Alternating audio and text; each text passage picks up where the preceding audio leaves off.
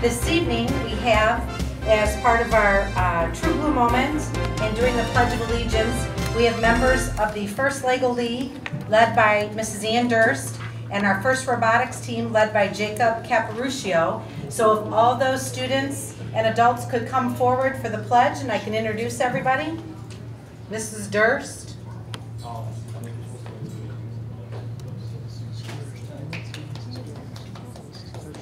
Come on, no, come on, you guys come on, everybody come on up. We'll get everybody up here and then I'll do some introductions and then we'll do the pledge. Keep moving, you can move all the way in, cover us up because everyone only wants to see you guys. Okay, I'm going to start with our First Lego League. And I'm going to introduce the members of the Junior First Lego League from Lee School. Mikey Condon, Aurelia Woodcock, Cameron Moore, Cooper Honnold, and Caden Churchill. Mrs. Durst, is that everybody? Yep. Okay. And then from the First Lego League from the middle school, Mikey Dalio, Duncan Corneli, Aiden Durst, Olivia Durst, Aiden Muller, John Muller, Megan Condon, and Logan Northam. And we have Mrs. Durst out there as well.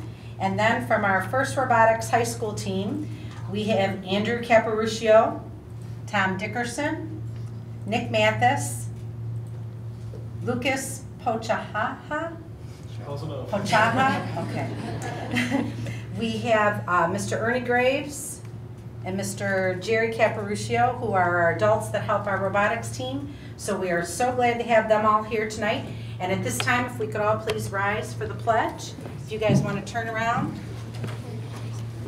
We're ready when you are.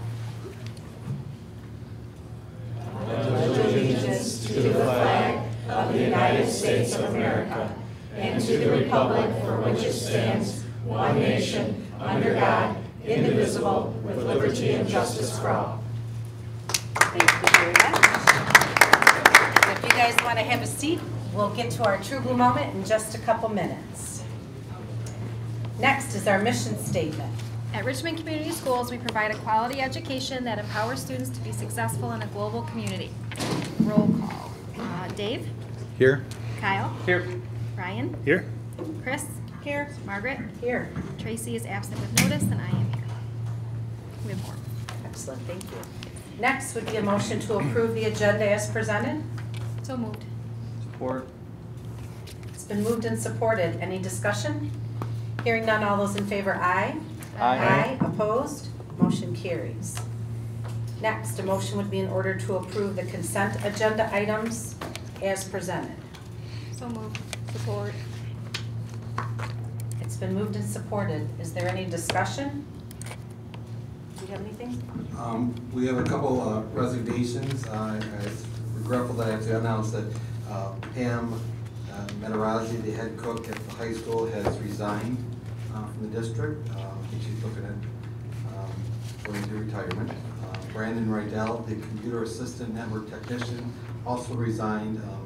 He actually got a full-time position as an IT person, and it's a good move for Brandon, so I wish him the best of luck. We do have 3 new hires. Candace Suuto, I always forget her name. She'll be the new secretary for the Student Support Services. She'll start in August. We've had that position vacant for a while. She's very excited to join our team and join the high school edition.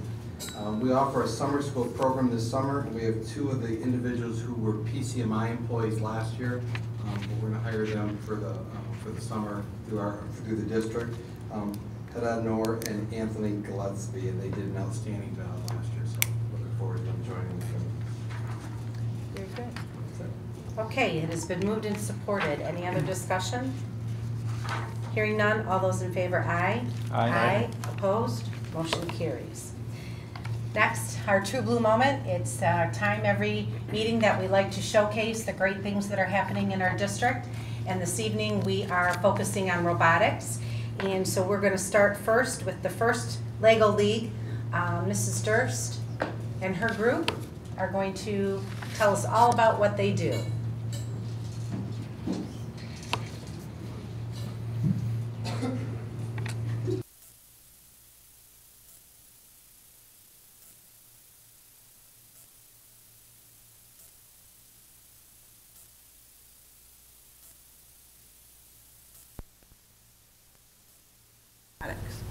This, I'm gonna move this down for her.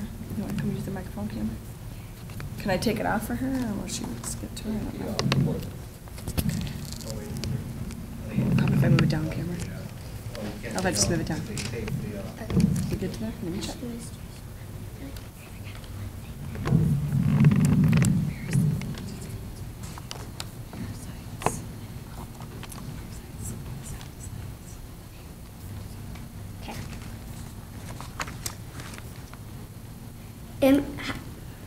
Hi, I'm Cameron Moore, and I'm Cameron Moore. In robotics, we had many fights and many difficulties, but we overcame them.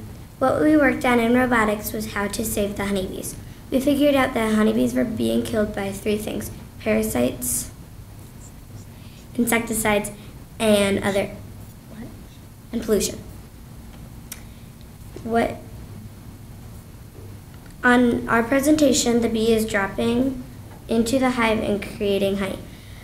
When we went to a competition in May, there we presented to judges and showed them our presentation. They asked many questions. Overall, we learned many things and we were a great team.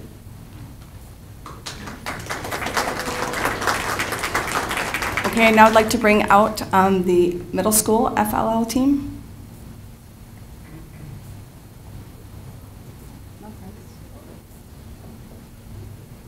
Just come stand back there.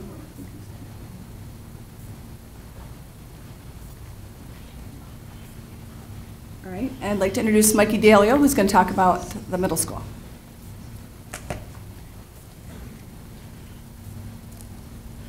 Okay, so we would like to thank the Board of Education for allowing us to provide insight on how this year's FFL robotics season went.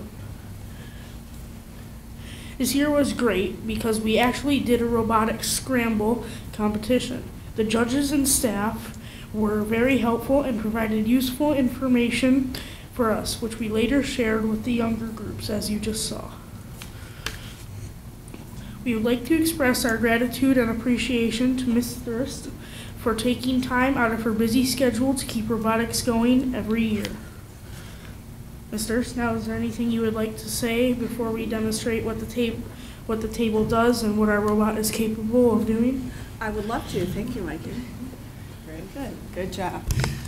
Just a little brief history before we let you come over and see what they've done. I would first of all like to thank the district for giving me this opportunity to bring Lego robotics to the Lee School and the middle school. It started with the Lego Club a few years ago, which had 40 students in it, and now this year we had 160 students participate in Lego Club. We've had junior robotics for the past 3 years and FLL for the past 2 years, but this is the first year that we competed in spring competitions. And spring competitions are for teams that did not compete in the official events in the fall and the winter. I coach JV volleyball, so it wasn't feasible for me to squeeze it in the fall, but I'm going to try to work it out for next year. Our junior teams competed at the Spring Bash in Bloomfield Hills High School. There were 12 teams there, and each team was awarded a medal, which is Lego tradition to give you a participation medal. And then each team is given an individual award based on conversations that the judges have with the teams. Team OC, Ocean Cleanup, they received the Smarty Pants Award for energetic presentation of pesticides and how they affect each of us. And then they were recognized for their chemical solution, which would save our food supply. Team 3418, Team MC Squared, was awarded the Innovation Through Play Award for coming up with a great idea through playing around with Legos. The best ideas come through play. And then our FLL teams, 23050, Team ATM, participated in the competition at Monroe County RESA, June 3rd. 10 teams were there. They had a judging session, a core value session, and a robot challenge. They competed in 4 rounds against other teams with their robot, and we scored the 4th highest points out of the teams by completing 2 missions and almost completing the 3rd. How they do awards there, though, are not based on points. They give out 6 special awards. Normally the competitions, there's 48 teams there in the fall, so this was like a little shortened version. They gave like a judge's award and different kinds of things based on how they interact at the competition, and we learned a lot from it, from the judges that were there. We even got a chance, they held a special event the night before, Friday night. We went out from 5 o'clock to 9 o'clock, and we were there to the bitter end, Mikey and my kids and Mrs. Dalio, getting some programming help. So that was awesome. We learned a lot from their notes that I took for the next year. The last thing before I let you come over and see what we've done, I'd like to acknowledge 2 individuals who, without their help, we could not have provided the best opportunity for our students. These parents helped me at meetings, made the competition tables we have at their expense, and purchased our team shirts that you see for all 4 teams this year at their own expense. And I would like them to come up and receive a small token of appreciation for all they've done, and that is Shelley and Mike Dalio.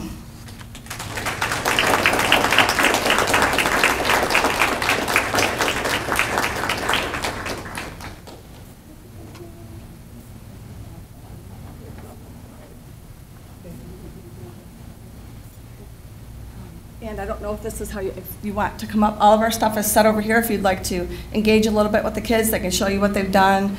Try to run the robot for you so you can see how it goes. Okay, well, come on over. Okay.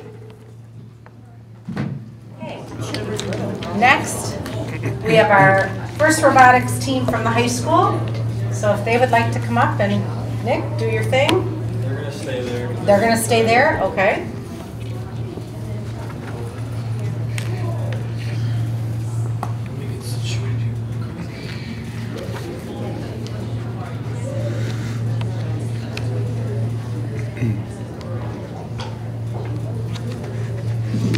Is there any way? Oh, it's working, okay. Okay, so if you may right now, my name is Nick Mathis. I'm the team captain for this coming team. We're FRC team 4130. FRC stands for First Robotics Competition. It's kind of a branch off of what the middle school and elementary students do. They're all in the same program. They're all ran by First. So there's Junior FLL, which is Junior First LEGO League. And then there's First LEGO League, First Tech Challenge, and First Robotics Competition. So we're currently trying to get out there and get all 4 programs in the community and trying to grow STEM as much as possible. So this year we're going to present for you our 2017 Diablo.vi robot. It played a game what we called Steamworks. The game was a steampunk game, so we had to place gears that is currently in the robot on a peg, and we then had the chance to shoot, which was not, it was kind of a 2-sided game this year. You either were really good at shooting or really good at gears. We decided to try and excel in the gear category a little bit more, and I think we did all right with it. We didn't do obviously as well as we hoped. We had some mechanical problems both of our competitions, and unfortunately, with Michigan being the hardest state to qualify for the state and world championship, we had a little bit of a problem with that. We didn't unfortunately qualify, but there is a few plus things that we had this year. We grew 6 members from last year, which is really big for us because we've been having a problem bringing in freshmen and just all around students onto our team from there. So that was really huge to get 6 new freshmen, and then we had 3 upperclassmen that actually joined this year from just learning about robotics throughout the school and having friends on the team. So that was a huge accomplishment. At both of our competitions, we won awards. Every district competition we have competed at, we have won an award, which was really huge. So in the 6 years that this team has been alive, we've gone to 12 district competitions, and at all 12, we've won an award. Not including the state championship, which in 2015, we won an award at the state championship. And there's only 20 awards, and there was 120 teams there. So that was really huge for us that we won an award at states that year. To give it a little perspective, Michigan is up to 463 teams in the state. And the closest one to us is California with 260.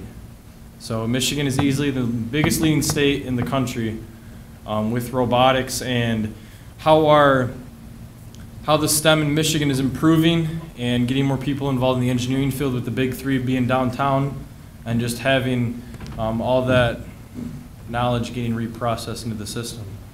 So I'm going to play the game animation for you. This is what we get on the first Saturday in January every year. And this is going to give you a little basis of what we had to deal with for a few months.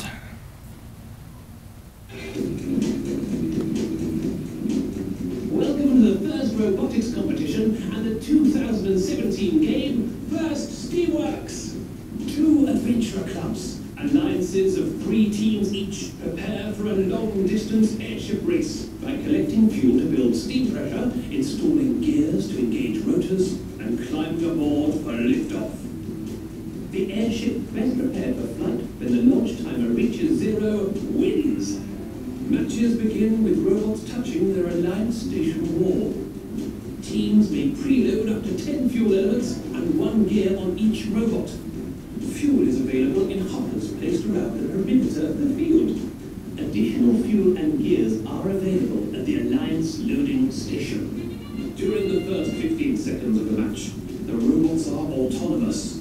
They work to reach their baseline, store fuel in the boiler, or deliver gears to the airship.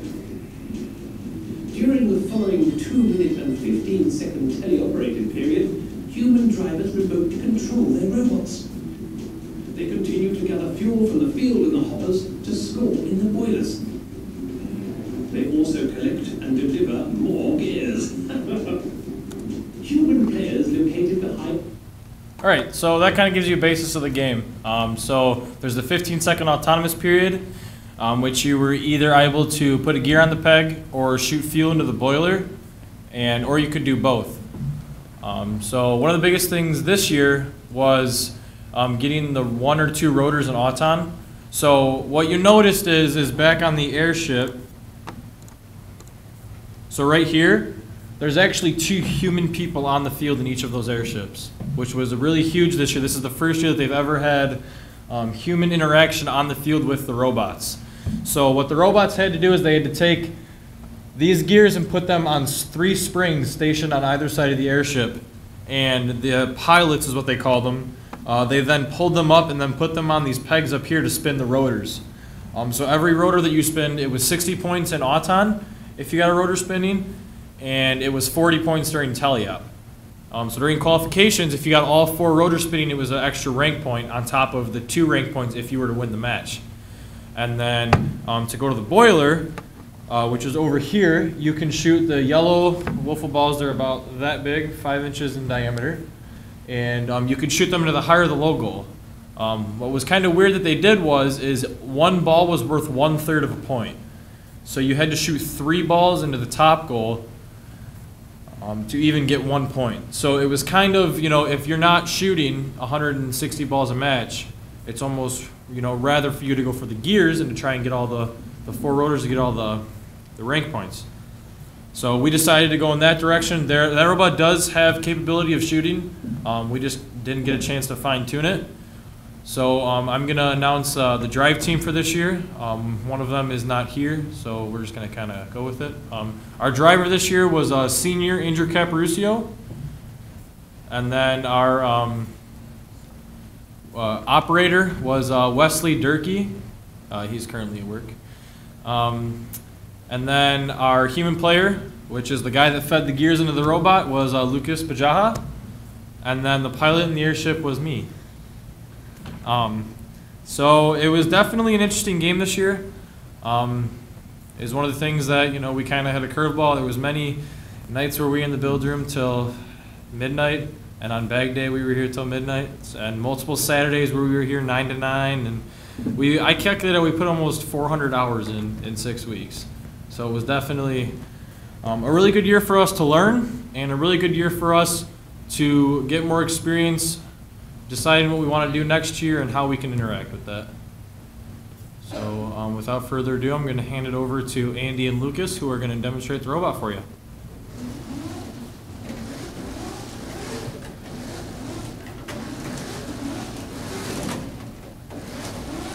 So currently you can see it's kind of drifting. We're currently in the middle of changing the robot. It's not the exact same as it was at competition.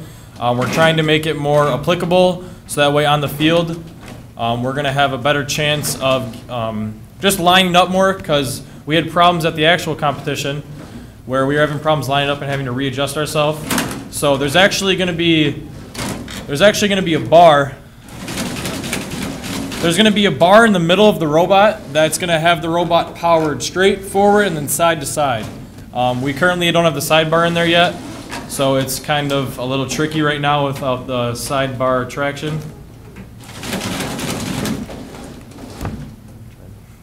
Yeah, so that's why it's kind of fluky right now, so we apologize for that. What? Yeah, go ahead and climb. So, hey, wait, let me explain this. So at the end of the match, we were able to try and scale the tower for 50 points. Or not the tower, the airship, I'm sorry. To earn 50 points, and our robot does this in just under 3 seconds, so it's kind of...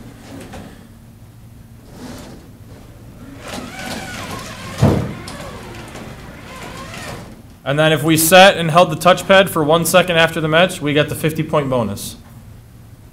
So that's pretty much it. And then right here, I'm going to play one of our match videos, which was at Marysville. This was our latch match at Marysville. Oh.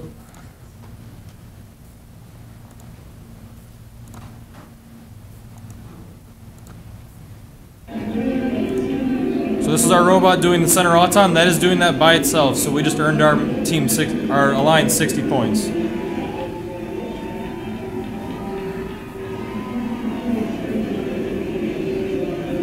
Yep, so we're the robot right here.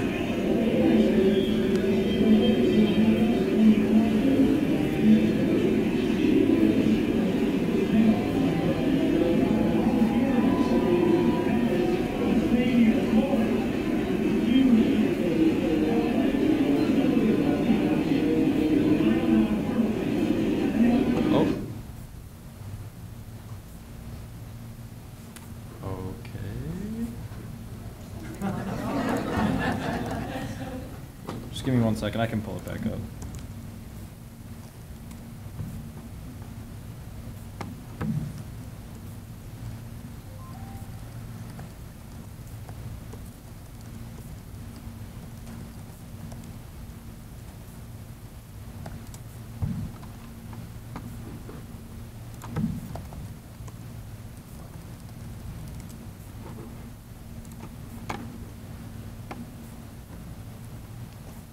Sorry about the little difficulty we're having.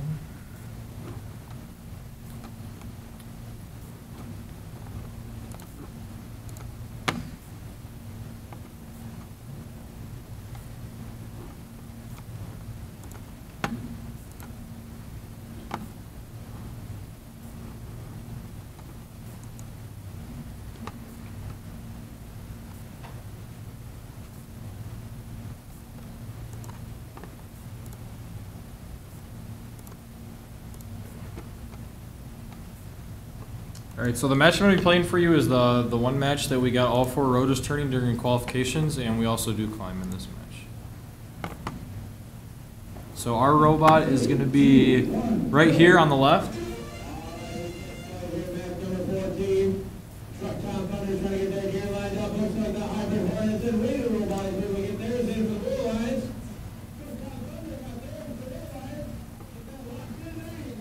Yep, so we also got the rotor and auton, so that's why we have the 75-point bonus there.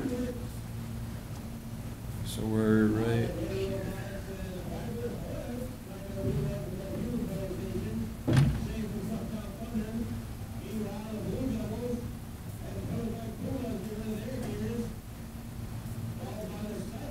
Yep, so right now you can't see it, but Lucas is over here on the other side of the airship, currently feeding a robot into a chute.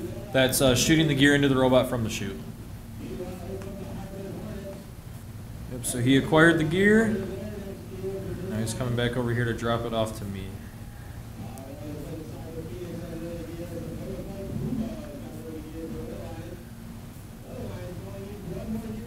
And then while they're doing this, another huge difficult thing was the communication between me and Andy. It was really difficult because obviously you can't just talk to him and say, go left, go right. There's certain hand signals that me and Andy found that were easy for us to communicate between the pilot and the driver. So that's why if I'm waving my hand, this means, you know, drop the gear or this way for each of the arrows.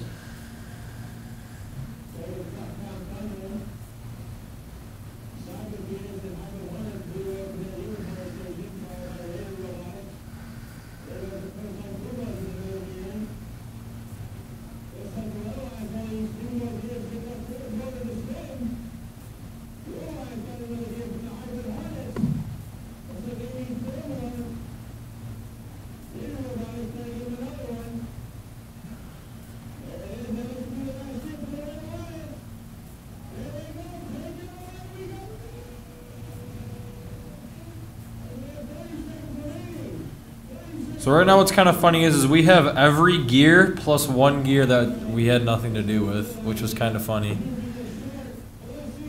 Yep, see, this is us climbing right here.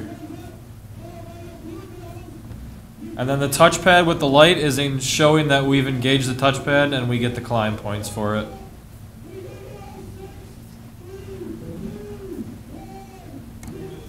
Now, take a look at that score. That's 346 in qualifications. If we would have been in the playoff mode, we would have gotten a 100-point bonus for the 4 rotors, and we would have scored 446 points.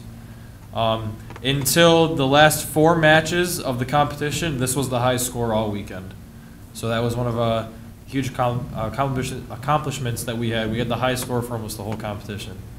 So it's pretty cool. I think that's it then. Does anyone have any questions?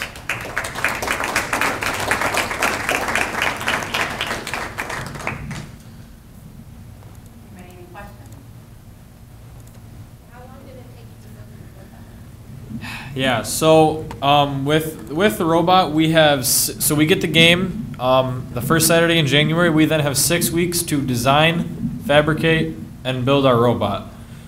So it's definitely a huge task. We actually build 2. They're pretty close to identical robots. The reason for that is, so there's another one that, well, we used to have, it's apart now, but that looked exactly like that. And it's for the basis of, after your 6 weeks build time, you have to bag up your competition robot, the one that you want to compete at with competition. So we built 2 robots, so that way the programmers could get the programming down on the robot, so that way it was ready for competition, to try and get our autonomous modes working in the beginning, and also so the drivers could have practice with the robot. We've decided next year that we're not going to do that. It's one of the things that in 2015 we built 1 robot, we made it to the World Championship. In the past 2 years we built 2 and we haven't made it to states. So we're going to try and go back to 1 next year and see what that does for us. So if you, really we take almost the whole 6-week time. That robot did not get finished until 11:59 the day it had to be bagged. We're sitting there putting the last bolts on, getting ready to put it in the bag.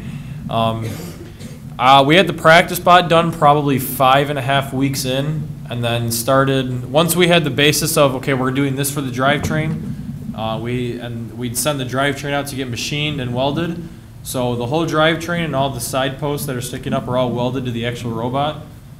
John May is on our team, and his dad works for Denso. So he did all the welding for us, which is really awesome. So I'd like to give a thank to him. I'd like to give a thank you to all the mentors sitting back there, and then some of them that are not here. They put in their countless time almost every day of the week to come be with us annoying kids that don't want to listen to them all the time. So I appreciate it. Thank you guys from the bottom of my heart. We appreciate you coming out and helping us. We're just hoping for a more successful season to keep this program going through Richmond High School.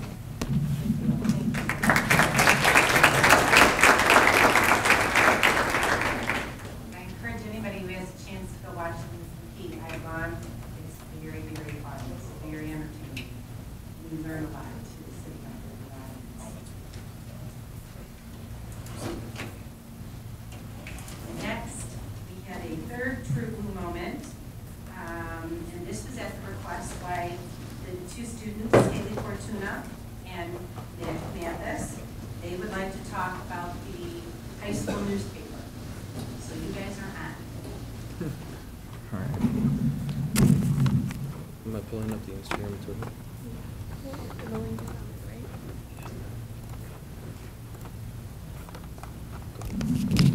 Our Richmond High School newspaper is the Blue Devils Advocate, and we've had a website for a while, but it wasn't very mobile compatible. So we decided this year, me and Nick, that we wanted to make our newspaper right at your fingertips for everyone to read, because it's kind of complicated, like pulling up the newspaper and making sure every student.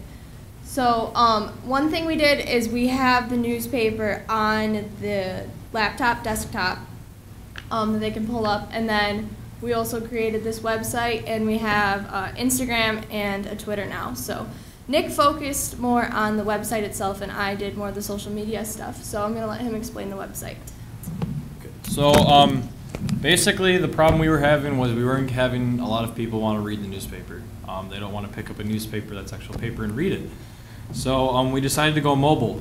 Whenever people want it, it's at their fingertips. They can click on the website and take it to them. So what we've decided is the 3 best articles for each edition are going to be written on the home page of the first 3 articles.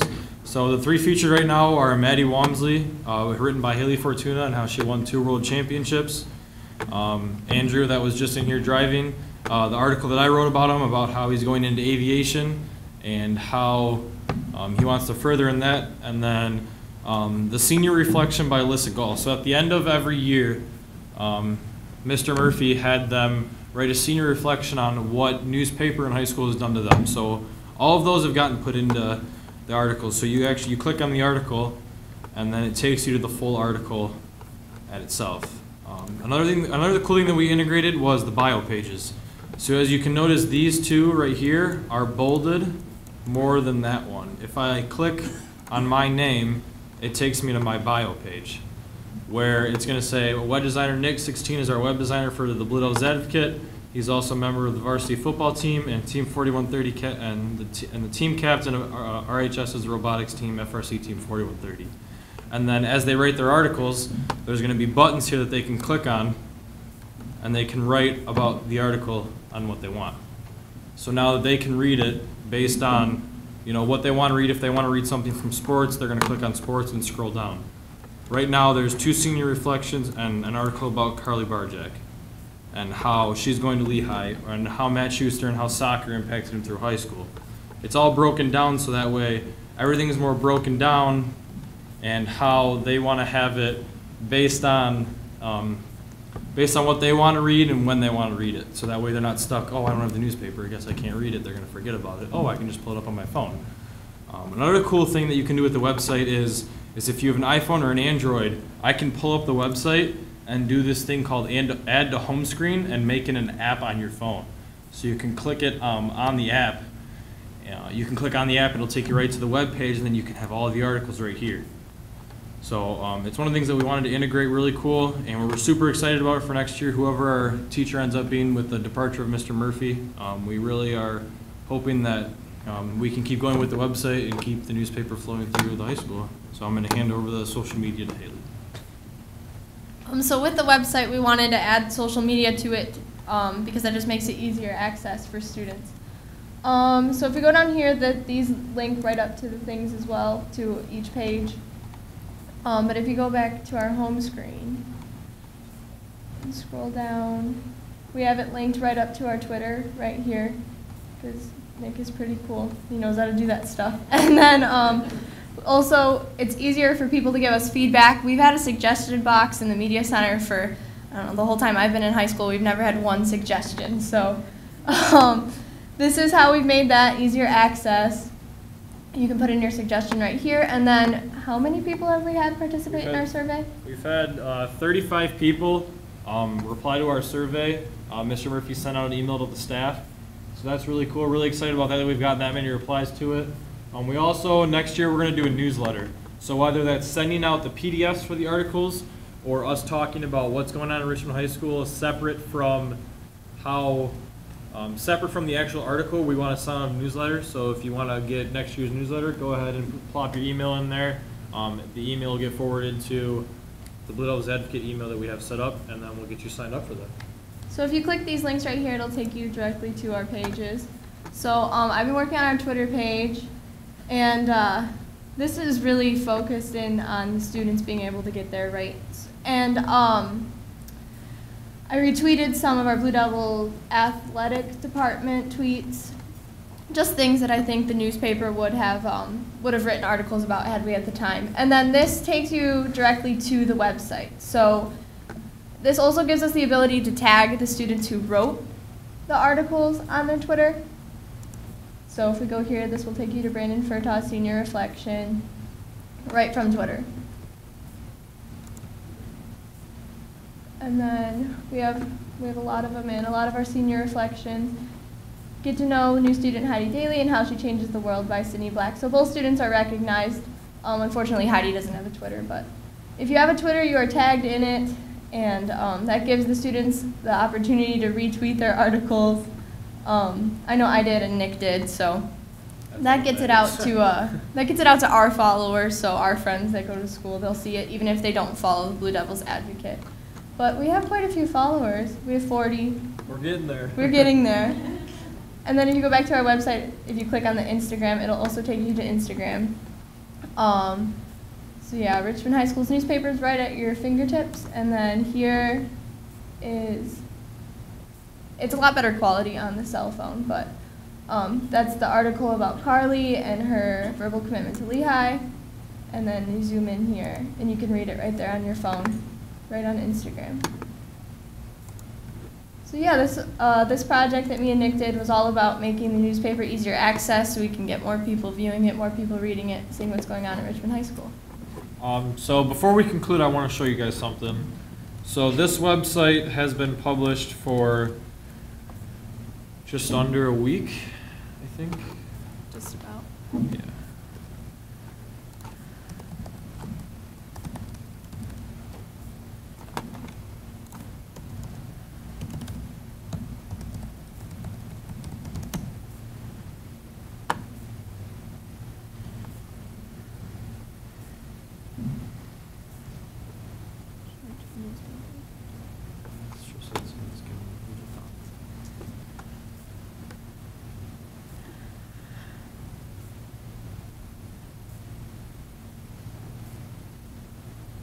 Eventually it's going to, I'll just talk about it. So in under a week, we've had almost 1,200 people view the website, and that is 500 brand new people. So 500 new people have looked at our website and seen the Richmond Blue Devils Advocate. So we're extremely proud of that. Once we're going to try and upgrade the website, so it'll be the bda.com. Right now it's thebda.weebly.com. You can go and view all the articles at, and we're just trying to get it out there more. So I appreciate Mrs. Telto and Mr. Walmsley and the board for letting us come out and present this. Again, the website is thebda.weebly.com. I encourage every one of you and the people that are watching on the Richmond TV YouTube to please go and fill out our survey so that we can get more feedback through that. And thank you for letting us come out.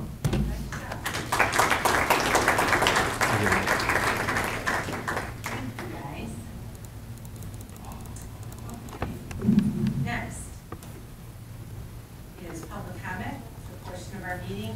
If someone would like to come up and address the board, they may do so. You can come up to the podium.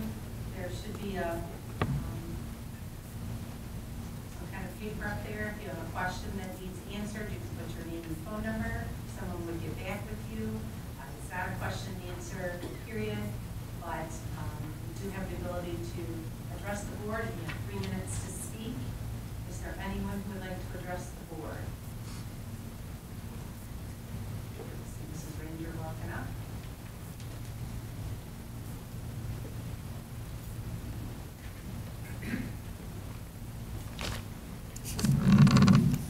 Good evening.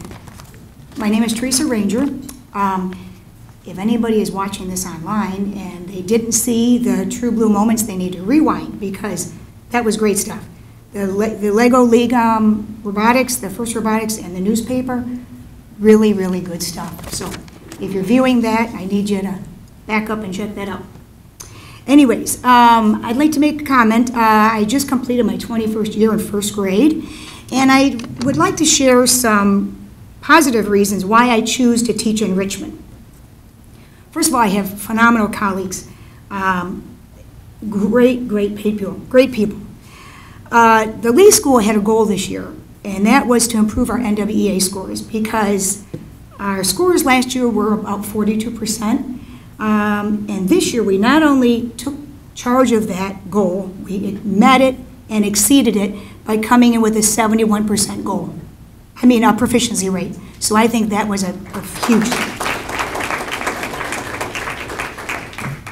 Why else? Why else? Well, I frequently see former students, families, parents in the public. At dinner tonight, I actually saw 2 former students. They're all grown up. And I saw 2 former parents. And I see Nick Mathis, who's become a great public speaker. And oftentimes they take the time to say or comment about the year in first grade and what a good job and what a memorable thing that was. But in Richmond, my students become family. And I think that's due to the tight community bond that we share here in Richmond. So to sum it up, I don't show up for work. I show up for the kids because it's a passion, it's not a job. And Richmond is a great place to be. Thank you.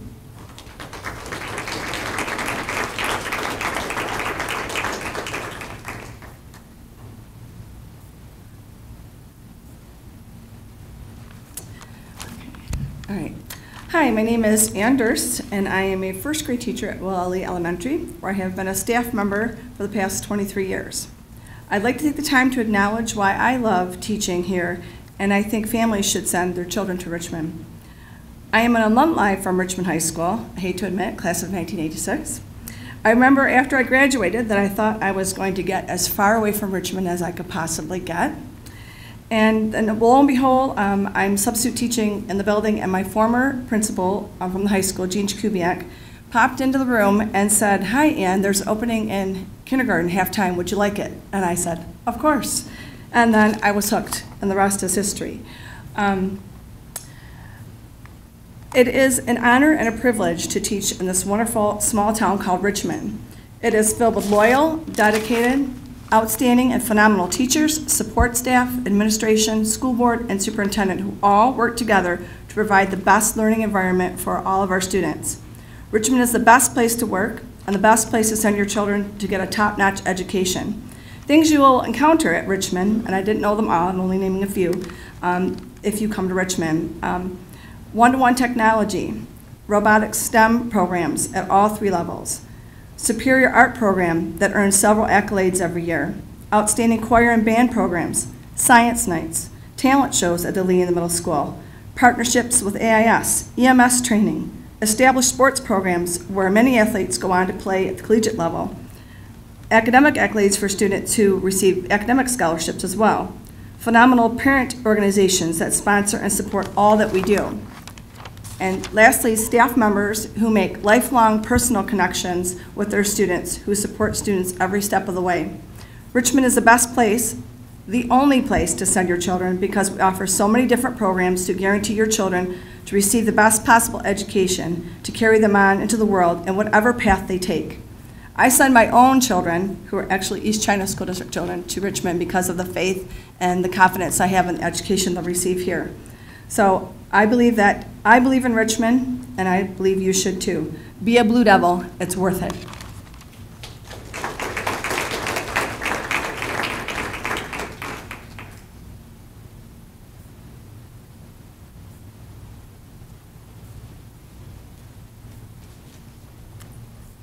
Hi, I'm Chris Nolan. I teach at the middle school.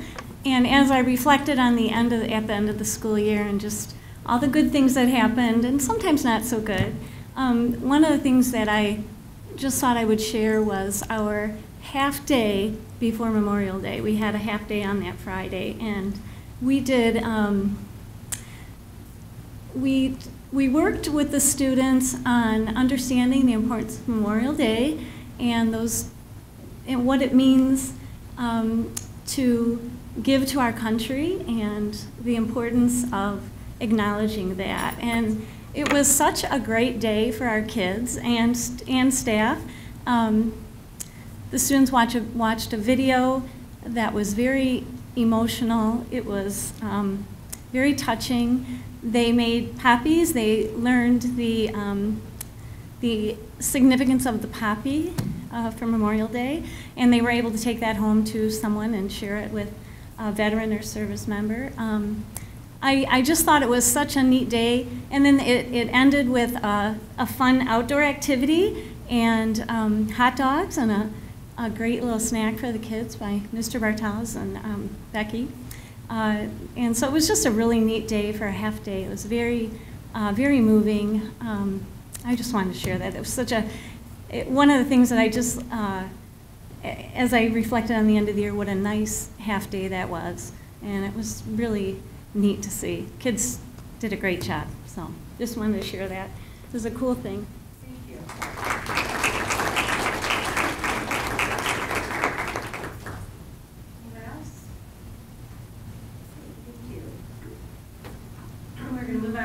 presentations.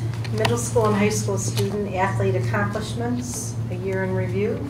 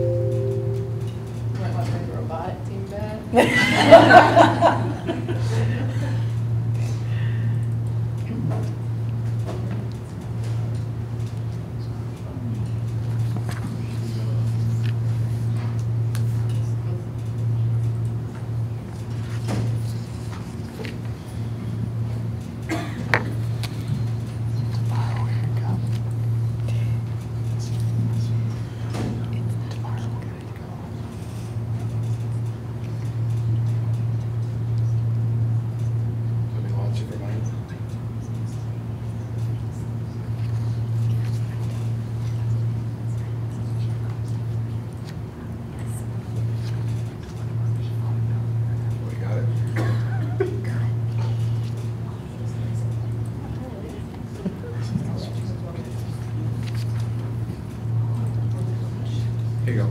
It's from mine. I'll control.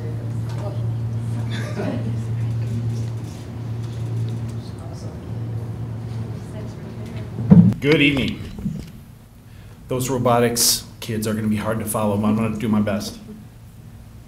Good evening, I'm Chris Reinhardt. I'm the AD at Richmond High School, and this is Becky Borwick. She runs middle school athletics. I wanted to begin tonight by doing a few thank yous. First, I want to thank the Board of Education. We want to thank the Board of Education for this opportunity to lead such great programs, great student athletes, and great coaches. We would like to also thank the coaches of the district for all the countless hours and dedicated service that they give to the students of Richmond Community Schools. We'd also like to thank the staff for their support in the classroom and supporting all the student athletes on the playing fields. We'd like to thank Deborah Michon and Keith Bartels for their support and dedication to the athletic programs. And we'd also like to thank the secretaries at the middle school and the high school, Joanne Ferranti, Kelly Team, Bridget Shoeboy, and Susan Rickert for their support at athletic events and behind the scenes departmental work. The reason I wanted to do this presentation tonight is because Richmond athletics are seen a lot in the newspapers. We have very successful athletic accomplishments here in Richmond. I wanted to take a moment and show you some of the academic accomplishments because some of them are better, could be better than some of the athletic accomplishments they have on the playing fields and on the courts. 4 members of our senior class have received individual all-state academic recognition as scholar athletes. These student athletes had to have a 3.8 GPA or better during their season of competition. Amy Team received an all-state academic in volleyball and bowling. Amanda Gore, Rachel McKiernan, and Jessica Niebauer. Those 4 were all-state academic. 8 members of our class of the 2017 received MHSA Scholar Athlete recognition. These student athletes had to have a 3.5 GPA or better and received a varsity letter before their senior year. Hunter Bergeon, Brandon Van Gorp, Stephen Ingman, Robert Trombley, Rachel McKiernan, Alyssa Gall, Amy Team, and Amanda Gore. One member of the class of 2017, of that group of 8 students I just named, was a finalist for the MHSA Scholar Athlete Scholarship MHSAA offers a $1,000 scholarship to 8 student athletes, and she was one of the top 16 in the entire state in our division, and that is Rachel McKiernan. Over 200 student athletes, and unfortunately the spring season is not yet completed, so over 200 student athletes have received Scholar Athlete Awards, a 3.0 or better, and you'll see some of that in the next slide, in the Blue Water Area Conference. The varsity girls competitive cheer team earned honorable mention as all-state academic for a 3.335 GPA during their season as a team. The varsity volleyball team earned academic all-state with a weighted GPA, and that's first team all-state, with a weighted GPA of 3.66 as a team. So those are some of our outstanding accomplishments this year, and I will be posting on the Richmond High School Athletics website. There will be a document that I will be building that the board will receive that will have all this information within it. Within these tables, you can see the varsity teams that have received a 3.0 GPA or better, the percentage of the team that has received a 3.0 or better during their season of competition. If you take a look, especially in the spring season, you have 3 teams that are over 90% of the student athletes on that team had a 3.0 GPA or better. And that is very impressive. In this slide compares RHS student athletes to non-athletes within the building, and it also shows the student body by grade, the GPAs that students have received throughout the school year. So I'm just going to point out down at the bottom with the overall category, female athletes as a group had a 3.37 GPA. The student body had a 3.15, and female non-athletes had a 2.82. So female student athletes had over a half a point better GPAs because of what their coaches are preaching to them throughout their seasons about the importance of academics. Male athletes, a 2.98. The male student body received a 2.75, and the male non-athletes received a 2.40. That's also over half a point better from student athletes. And if you look at the last column, it shows that over half of Richmond High School is participating in at least one sport. 51% of females within Richmond High School, 56% of males are participating in athletics.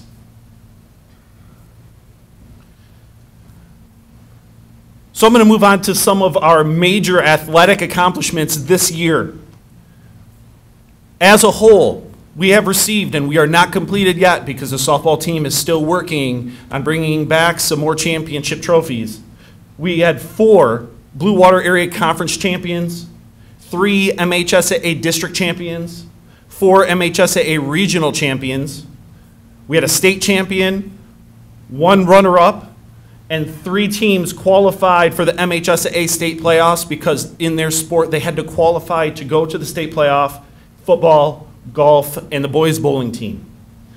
The wrestling team was the Macomb County Team of the Year in Division 2, 3, and 4, and competitive cheer was the county champion and the tri-county champion. This is a list of student athletes that have received all-state recognition. Right now, we have 18, and it says or more because the spring athletes are not yet included.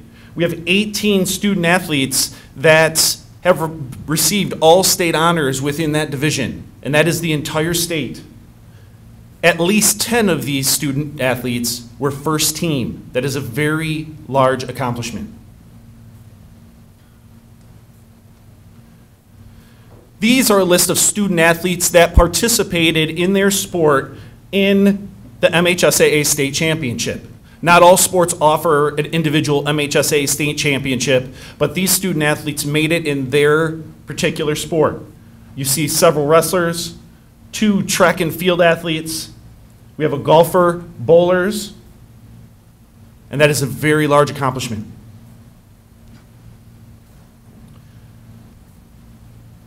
This is a list of student athletes that have signed letters of intent to play college athletics. This year we had 13 Richmond High School seniors receive letters of intent to play in college. The picture to the right was our Richmond High School signing day.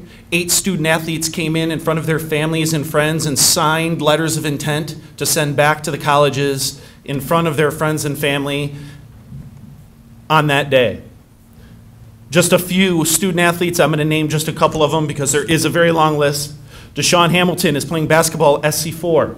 Kaylee Taylor is competitive, she's cheering at Alma College. Noah Kozel is playing golf at Adrian.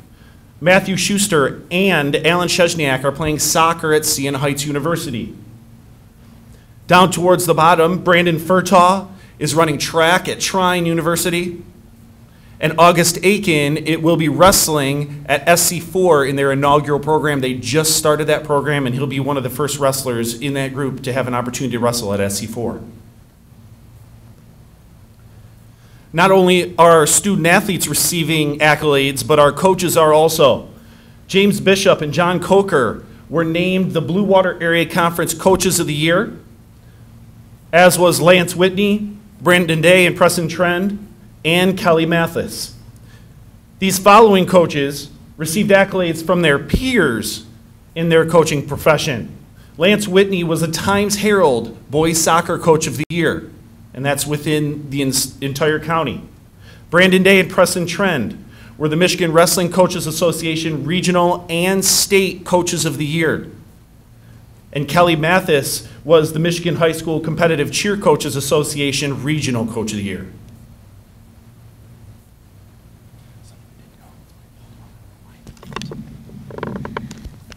Obviously at the middle school, it's a little bit different of a approach. The values and the philosophy are very similar. Mr. Bartels and I really focus in on the philosophy and the participation piece for middle school athletics. Some of the things that we stress, which we'll get to in a second, but just that participation piece, being a part of a team, gaining those qualities from educational athletics is what we strive for. What you can see here, obviously RMS sponsors 6 interscholastic middle school athletic programs, 14 teams. RMS student athletes participated in over 100 contests this school year. A total of 169 students within our building did participate this year, and 52% of our student athletes earned a 3.0 or better.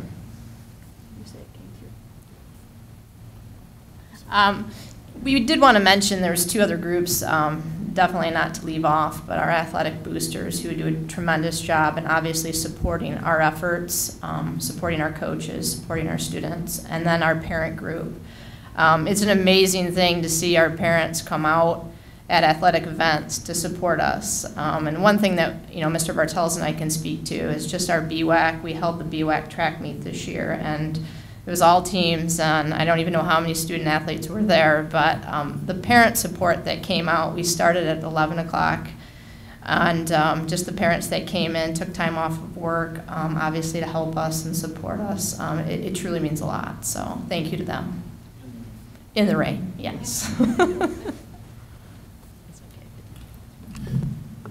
Just a few more things, like I mentioned earlier, a packet, this will be on our RHS Athletics website. This has not been all put together. I'm still waiting for the spring athletic programs to complete their seasons and to receive all their awards. So that will be on the website for you to see if you would like to take a look at all this information. Also, like Ms. Haley Fortuna was explaining earlier, that RHS Athletics page on Twitter that she was mentioning, I run that. And please follow that on Twitter because it has news, updates, information about all of our athletics teams. Tomorrow the softball team will be playing in the state quarterfinal, and I will be updating so you can be able to see the scores throughout the game if you accept that Twitter handle and you friend that account. Also, the website is www.rhsbluedevils.com. There are pictures from each team and each level. You can see schedules, scores, and updated information on that website, so please go ahead and visit that for any other information. I'm going to finish with one. I want to make sure you save the date. August 27th will be our freshman sports and athletics fundraiser here at Richmond High School. There will be more information on the Twitter page and on the Facebook page. I just want to make sure you are saving the date, August 27th, for our freshman sports fundraiser. Thank you very much for your time. Thank you. Guys, just thank you. It's really so important to make sure that that information you gave us about how their students first, and not only they're competing, but the great job they do academically and move on to college, it's really, really important. And I don't know that we've ever had that kind of information presented to us before, so thank you for that very much.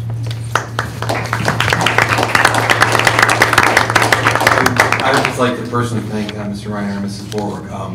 It is true, under their leadership, as one of their duties, they do oversee athletics, but they are truly focused on the students in the academic classroom first. Those sports oftentimes open many doors for students. If you're not successful academically, those doors can get closed pretty quickly.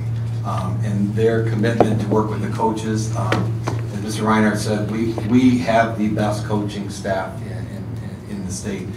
They spend countless hours, and I would probably say a good chunk of their time is mentoring kids and keeping them on the right track, as well as building the skills and creating some quality, outstanding championship teams. So I can't thank them enough for what they've done to the athletics, and I look forward to the future of what they're going to do for the athletic department. Thank you.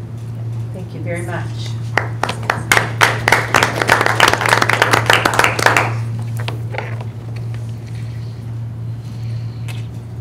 Oh, I'm looking, I'm like, they're not leaving, but I get, now that I look down, I know why you're not leaving. Next, the Student Athlete Code of Conduct Handbook. All right.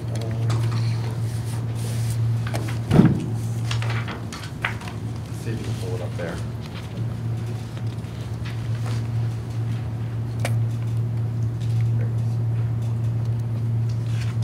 It's the one on the left. Nope.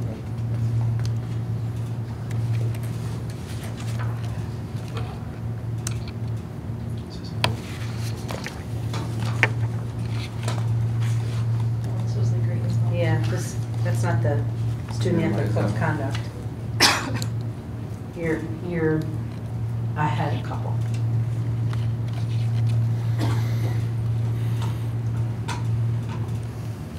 All right, I will pull it up. Okay.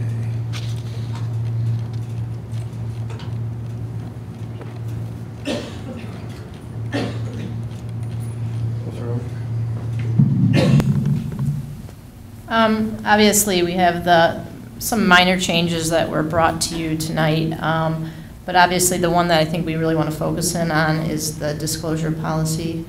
I don't know if you guys had some time to look at it, if you have questions before we just go through. Other than that, there's mostly clerical changes, but other than that would just be the disclosure policy that we'd like you just to take a look at, and obviously ask us any questions that you have, any things that you see. I can't really speak for this at the middle school level, but I can say that Mr. Reinhardt did do some homework to find out what some of the other policies are in other districts, and this is what we came up with Mr. Walmsley regarding what we thought would be feasible and fair for our student athletes.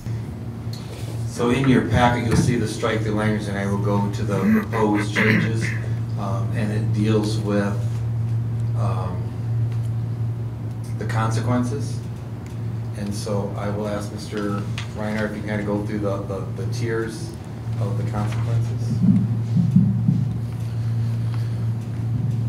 This is the consequences for student athletes that may make some poor choices when it comes to drugs and alcohol.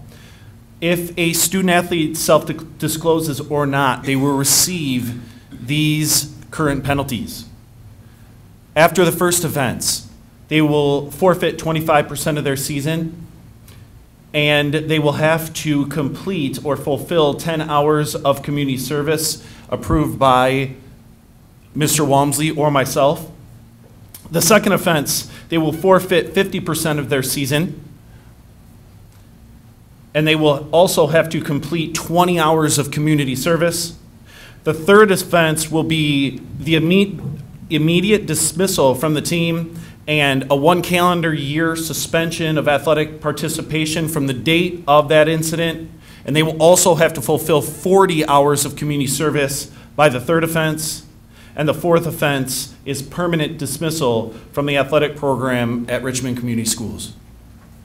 So this came about because we've had several, not several, we've had a couple incidents where we've had students make some poor choices, and in that process. And we really started reflecting on the severity of that consequence and what are we trying to do for that student. And our goal is in a tiered system. It isn't about whether you self-report or whether someone tells on you or we find out. It's about addressing the issue that we have in a way that we can do a tiered discipline approach.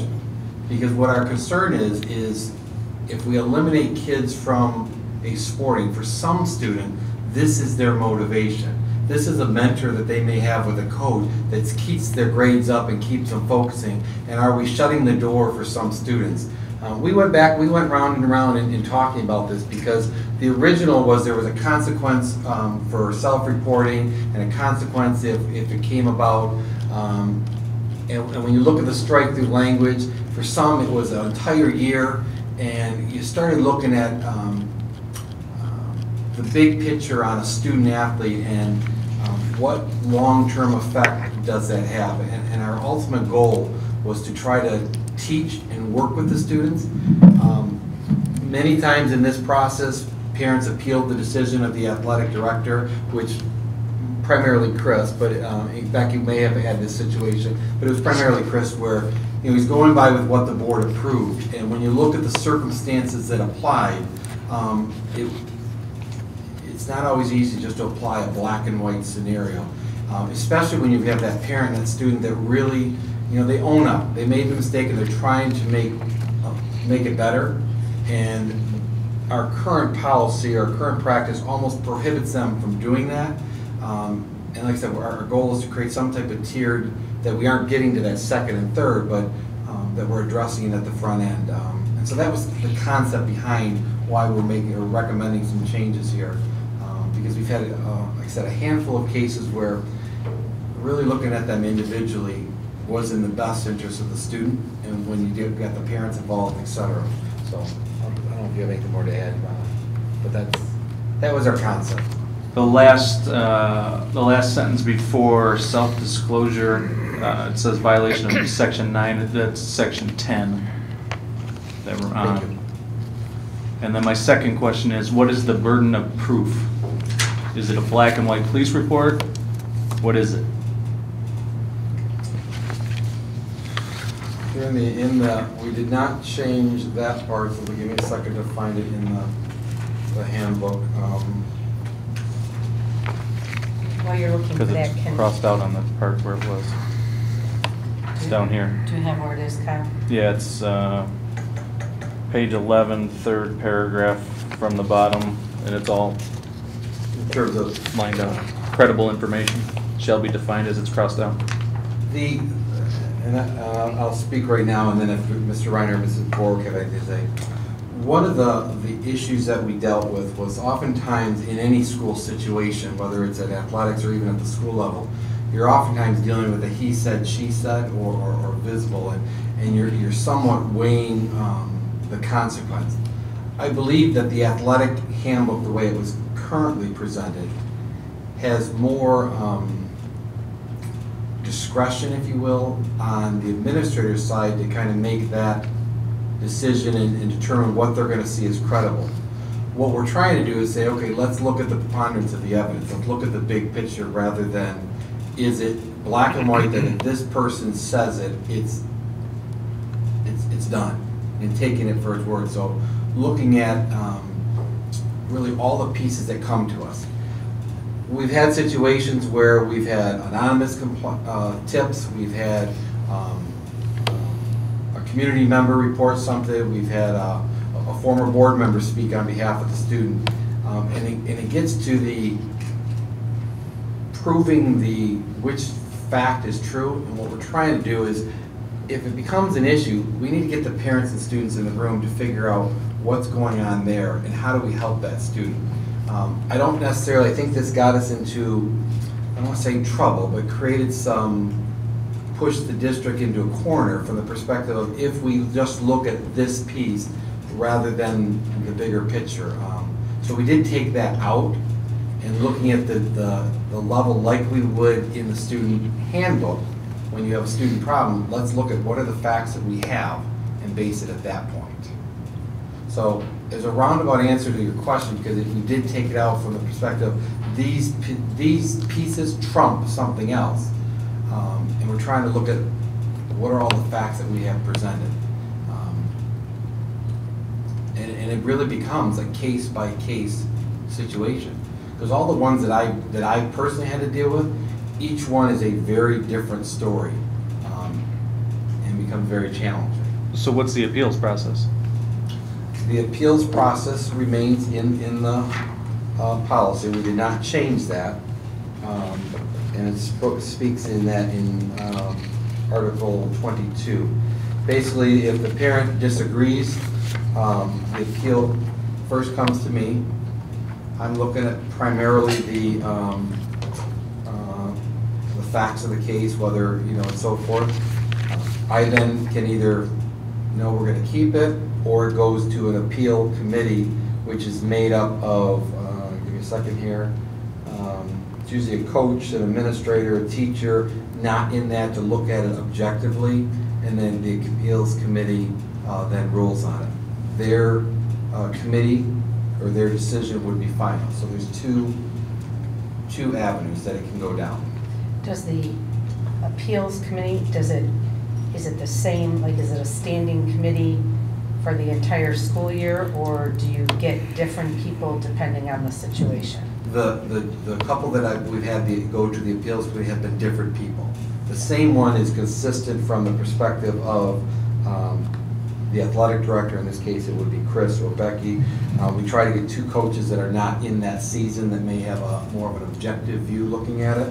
In the past, we've used a teacher at a different grade level. The one I can remember, we had an elementary teacher sitting on the committee during the appeal to really look at the process.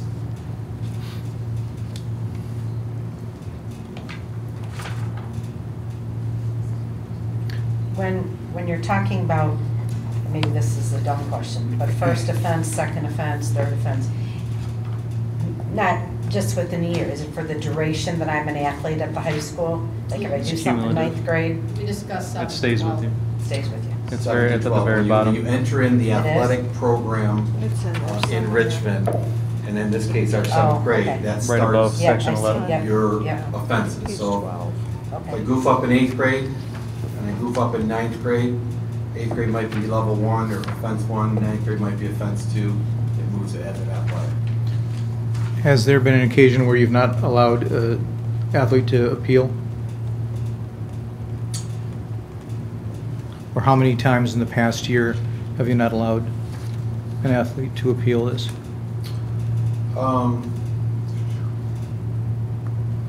To go to the appeal committee? Yes.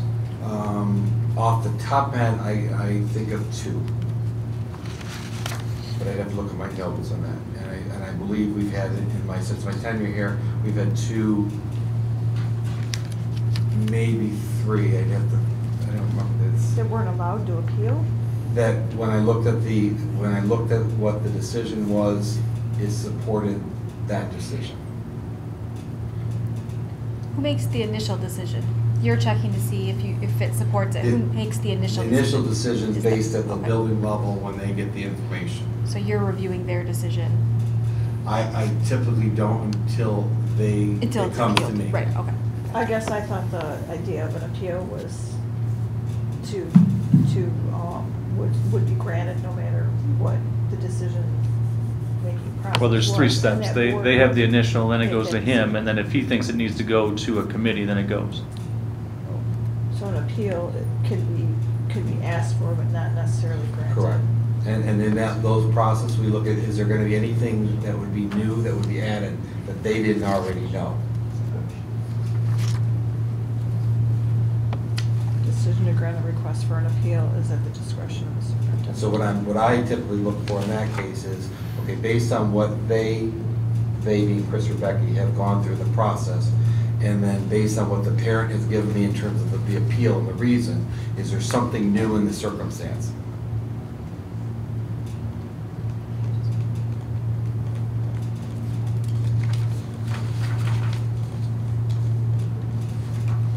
But you weren't involved in the first decision-making process, right?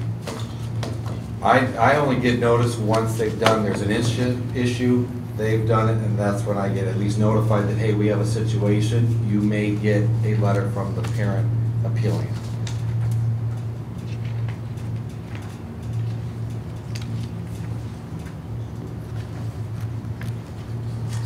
it. So once you've chosen to not appeal, that's it. Is there any stipulation for any additional information that comes out after the fact? Somebody recants a statement or something that would substantially change what made you initially say that you're not going to appeal it? Is there a process for that? That's what I would look at. So let's say during, let's use an example, Mr. Reinhardt suspends someone as a second offense. In this case, it's 50% of the season. And in the stuff that the parent provides me that said, well, what the student said, I disagree, that did not say, that wasn't said. So the parent's saying, well, the facts that he based his decision on are now different. That's when I really would look at the case and meet with the parents and say, okay, let's talk about what the situation is. So what if it's, a student's accused, it's a credible, or what you think is a credible source, 3 weeks later, that person recants and says, yeah, I made it up because, for whatever reason.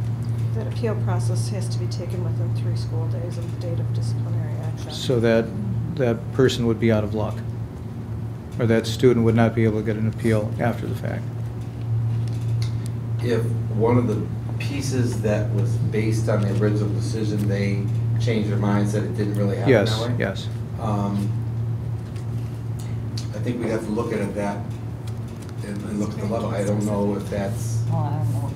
That would have anything to do with being in a handbook. That would be a really wild situation. And then if you would just deal with it when it happened, as opposed to something being in the handbook.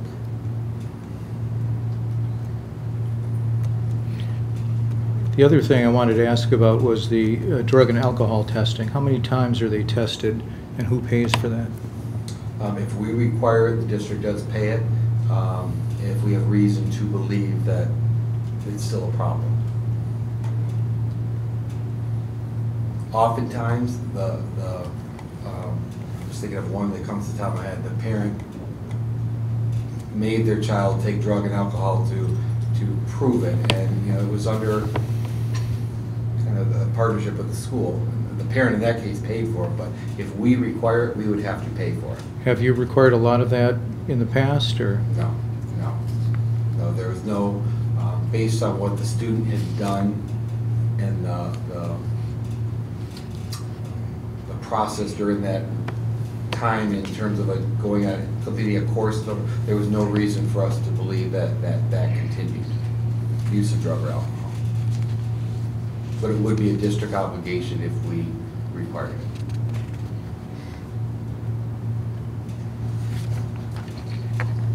We require the drug classes. Do we pay for those? Our programs? We have not. Some of them have been online too. We have programs such as a partnership with CARE that we can, that we do pay, but it's a partnership that if we had to. If a parent is looking for a course, we provided them. It just so happens we have not had to pay for a course. But if it does require a course fee, we would have to pay for it because we're requiring that student to complete it. When you say 25%, is that practices and games? They can still practice. It's a competitive season. 25% of their regular season. But they can practice. Yes. They just can't participate in games.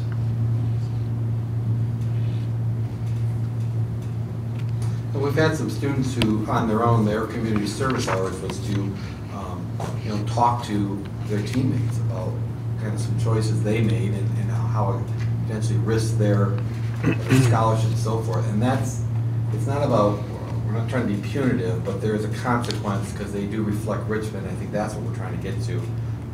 It's not to remove them from the process, but some type of tiered system if it's a multiple offense.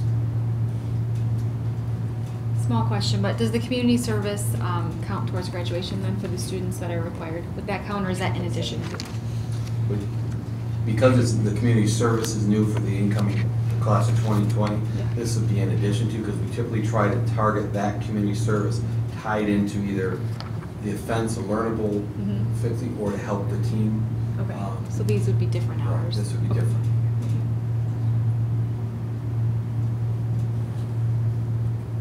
Anybody else? We could add a clarifying statement to that. I just wondered if it would come up. If that would help. So there's no. Yeah, it might not hurt to put something like that in there that says this doesn't. Yeah, it's a requirement for graduation. Right. Do community hours ever not jive with minor labor laws? Or is that a different thing altogether? You don't get paid for community service. I think you can volunteer. Right, but I thought that the hours of work plus hours of school can exceed so many hours for someone under 18. That's for the working permit, yeah. Right. We do working permits. Right, so you can work them as many hours. I mean, you're stating 40 hours, right? 40 hours. 40 hours would be for the maximum third offense, which would be a full year dismissal. Okay. And in that full year, at some point, they got to accumulate 40 hours. Okay, all right, thank you. Brian, going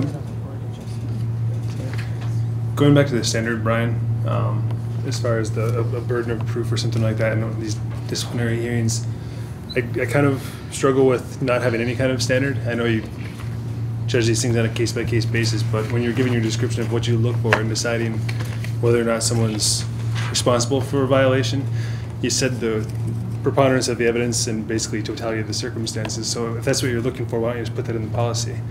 That, in other words, it's more likely than not that they did commit the offense. So keeping that statement on page 11?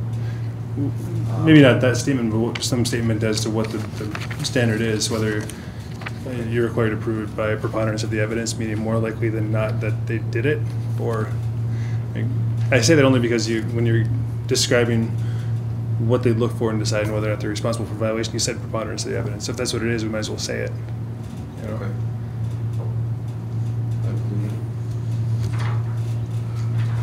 The other aspect, I just want, under the fourth offense, and it's just more of a clarifying, because that same language was in the existing contract, but it was listed as the third offense, or third violation.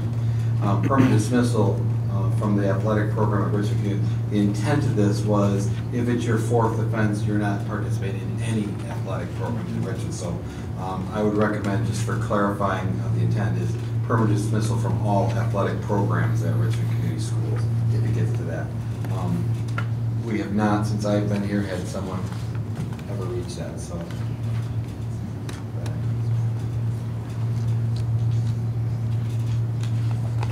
Anybody else?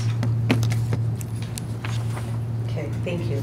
In 2 weeks is when we will be approving this, correct, Brian? Correct. So if anybody has any other questions that come up in their head between now and 2 weeks, I would ask you to speak with Brian, and we could talk about it in 2 weeks before we approve it.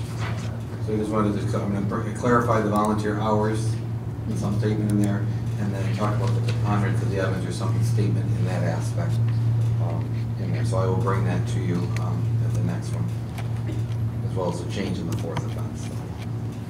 Good. Okay, thank you. Moving on, athletic coaches handbook.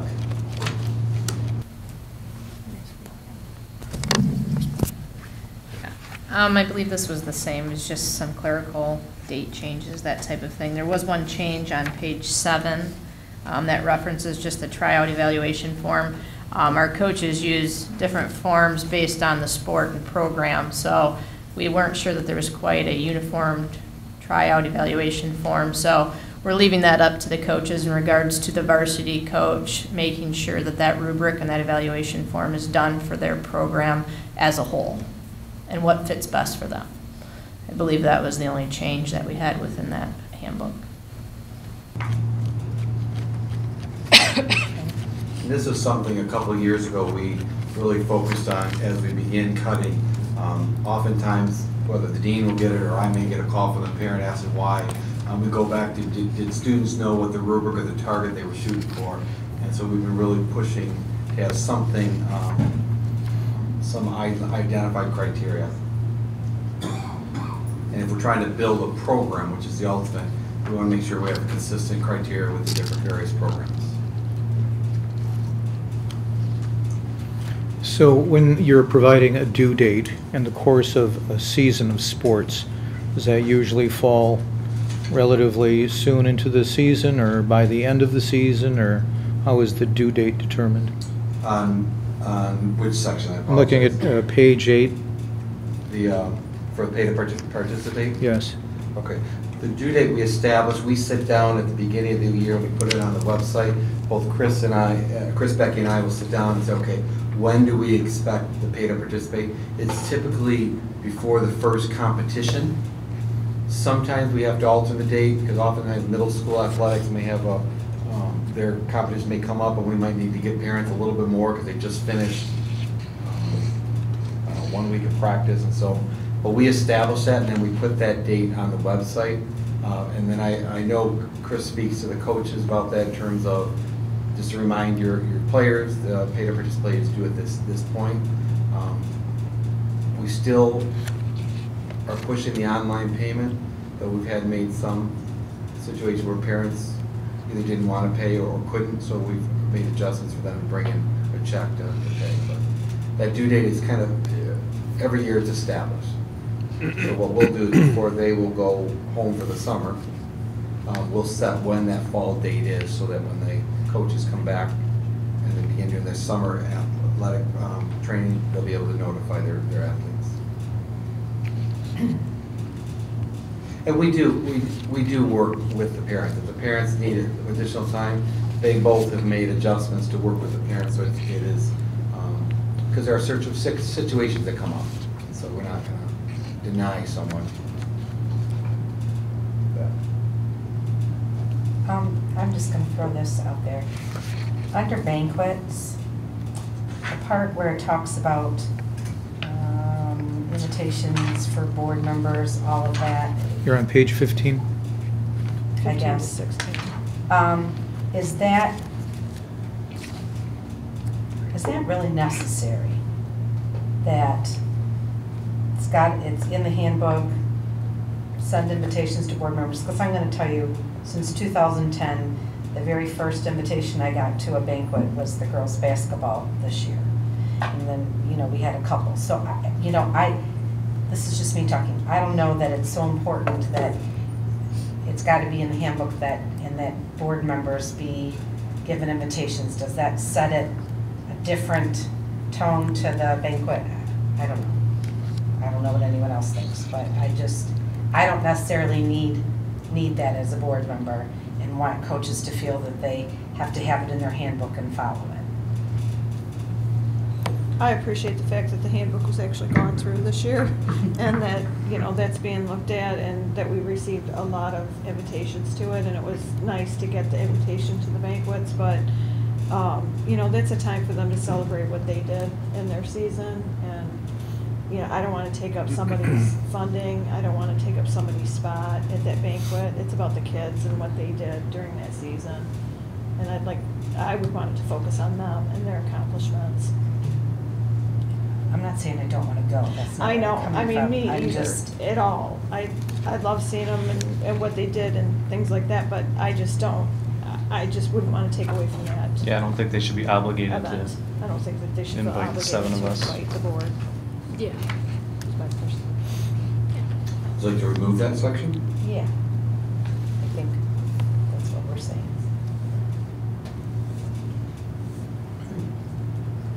And please convey it that it's not that we don't want to go, but we're I think it was looking at more that. just a courtesy that, that it is a time to celebrate the students and their accomplishment, and our teams do get that out there. It's just more of a courtesy. Yeah, Except when it's a handbook, it's really not a courtesy. You're kind of saying that's what you have to do. Okay. Anybody else? Nothing serious. Just to point out a typo on this, under pay to participate. The work off the pay to participate. Correct it. All right. I hate Again, to, real quick, can I go back 1 second? As soon as we're going to a new policy, somebody that's already had a violation, where will they just slot in on their offense? I would assume so, yes. That's what I would think. It would become, if they have a first one, and they have a second with that qualification on the second.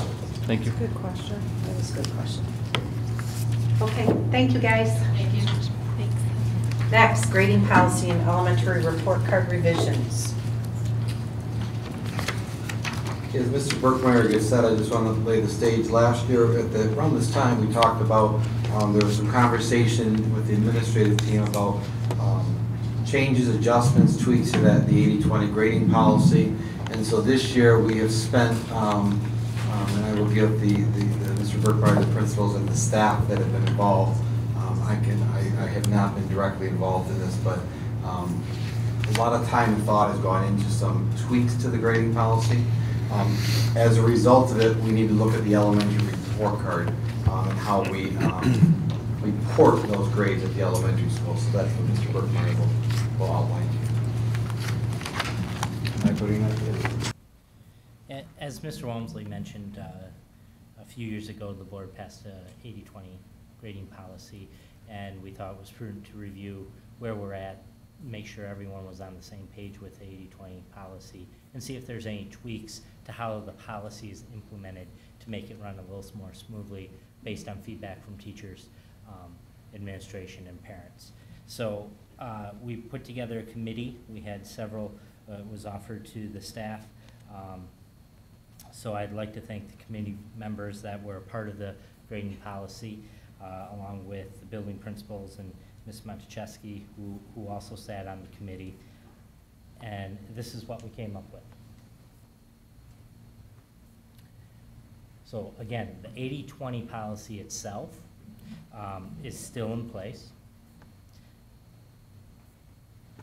However, we would like to amend that would be for grades 5 through 12, with the thought that grades K through 4 use a true mastery and learning system in which students are constantly being retested as they're working towards standards that they're already doing. This is something that the staff has wanted to do. They have been grading via standards previously, and the 80-20 policy made it difficult to work towards those standards when you're constantly retesting a student to see their mastery level of that standard as they're moving forward. With that in mind, the 80-20 policy, the secondary 5 through 12 teachers were okay with it, but they wanted to clarify some areas where there was a little bit of inconsistency on how effort was judged, when retakes were given, things like that. So we sat down as a committee and then ran these recommendations by parent focus groups, who also had some concerns as to how the 80-20 policy was affecting their students, and they also agreed with everything that we have laid out in this policy. So the first would be a sliding scale on the 80-20 on the number of retakes. Instead of allowing students to retake 100% of their assessments, we were looking, teachers wanted to have a sliding scale to increase responsibility on the student learning, to prepare them more for college. So that scale would be in 5th grade. Again, students can still take 100%, retake 100% of their assessments. In grade 6, first quarter, all the way through grade 8, they can retake 100%, and you can see it backs off as they go through different quarters, and then they get more used to the teachers that they have and the classroom expectations, the number of assessments that they can retake per quarter. The higher score is the only score of record that remains from the original policy. The process to retake has been suggested to be modified slightly. Again, a written request will still be made. Caught up homework, this is one of the areas that we thought it was important to define, as some classrooms might not have had the same idea of what caught up homework was. Sticking with the idea of an 80-20 policy and trying to make it simple for students to remember, we define caught up homework as turning in at least 80% of those formative assignments by their original due date and having all the assignments turned in before the summative assessment. Previously, they still had to have all this formative assignments turned in. Now we're asking that 80% of them be done by the original due date as considered caught up homework. Formative assignments will still be accepted up to the grade date, for a grade up to the date of the summative assessment, but it will not be considered part of that 80%. If you've turned it in after that original due date, you can still get it turned in, you can still get a grade for it, but we don't think that that student is putting as much effort towards the homework in that class that should be preparing them for that assessment to begin with.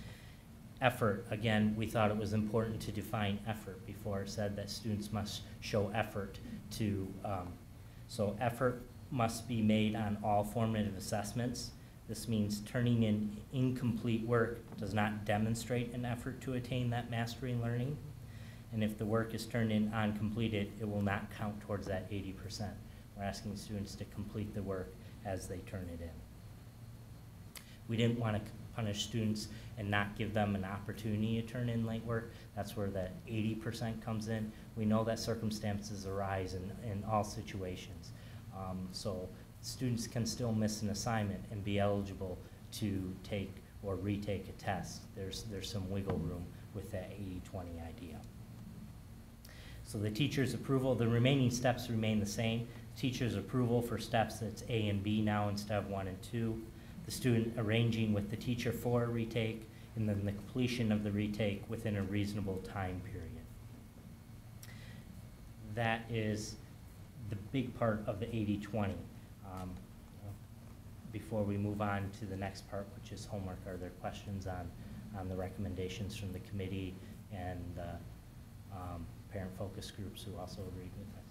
We also had student focus groups as well, and many of the student focus groups, it became clear at the high school level that students thought the 80-20 policy was the way for them to retake tests without giving their full effort the first time around, and they thought this was a fair way to help them increase their effort and still give them an opportunity to retake when a mistake was made. The parent focus groups were all levels. The student focus group was at the high school level. My question is it 50% of the summative assignments you take in every class for that quarter, or is it specific for each class? It would be 50% of the summatives for that class in the quarter. So the teachers would have to be, and we've discussed this with administrators, teachers are going to have to let you know how many summative assessments they're planning on taking for each quarter so that you can plan ahead if you need to be. I just like the one statement regarding this. The ultimate goal is that students are demonstrating proficiency. And as a teacher, if I don't have a student that's putting the effort in, it's very hard for me to measure what students have accomplished and so forth. And in the system, there are ways with everything that you can play the system. And we're not out, the intent is not to penalize a student or to harm them, but we're trying to figure out from a teacher perspective, how do I help a student if I don't have any information coming on them, on what they're doing. And so this 80% of the assignment, give me something, show me what you're doing to the best of your ability so that I can either customize or reteach or direct the instruction to help you. That's really where we're trying to focus here.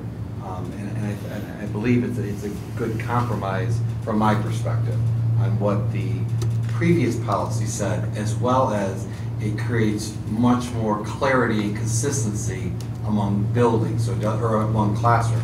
So there's not necessarily the ambiguity of one teacher or one class determining it meaning something slightly different. So that's all I have to say.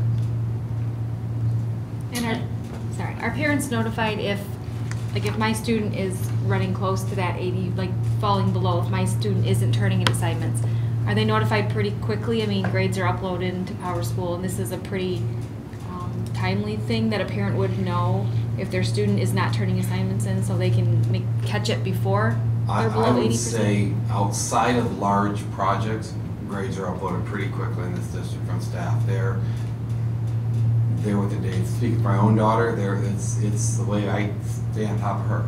Okay. Don't you require them by a certain day though, right? Tuesday morning? And again, there may be a situation where it might be a long essay, and that's in the policy that allows that discretion, or a project base that's going to take longer to grade. But there is a deadline to get them updated.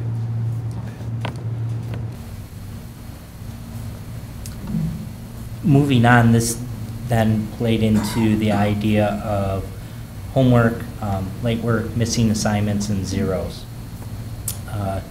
Teachers, again, I want to reiterate that we are not out to penalize students.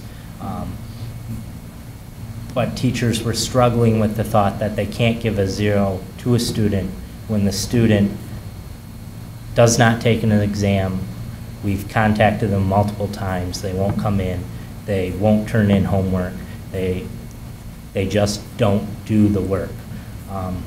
So we want an opportunity based on the committee feedback to give a 0 when the teacher has reached out to those students. They've given them an opportunity to make up work or to retake summative assessments. And if the student still chooses not to take the assessment, many times, for example, what was happening with the previous policy, students knew they had the opportunity to retake a test. They'd write their name on a test, turn it in, and according to this, we can't give them a 0, but all they're giving us is a blank piece of paper. They're not putting any effort towards it. So in the case that a student is not doing an assignment, or if they have a project and they've never turned it in, the teacher has given them an opportunity, extended that window to turn it in late, and they still have not turned in that assignment. In those cases, we're asking that a 0, the student has earned a 0, that they receive a 0.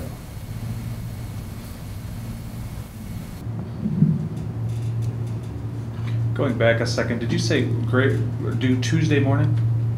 Every Tuesday morning. And our eligibility comes out on Monday? Have we taken a look at? Well, eligibility is cumulative.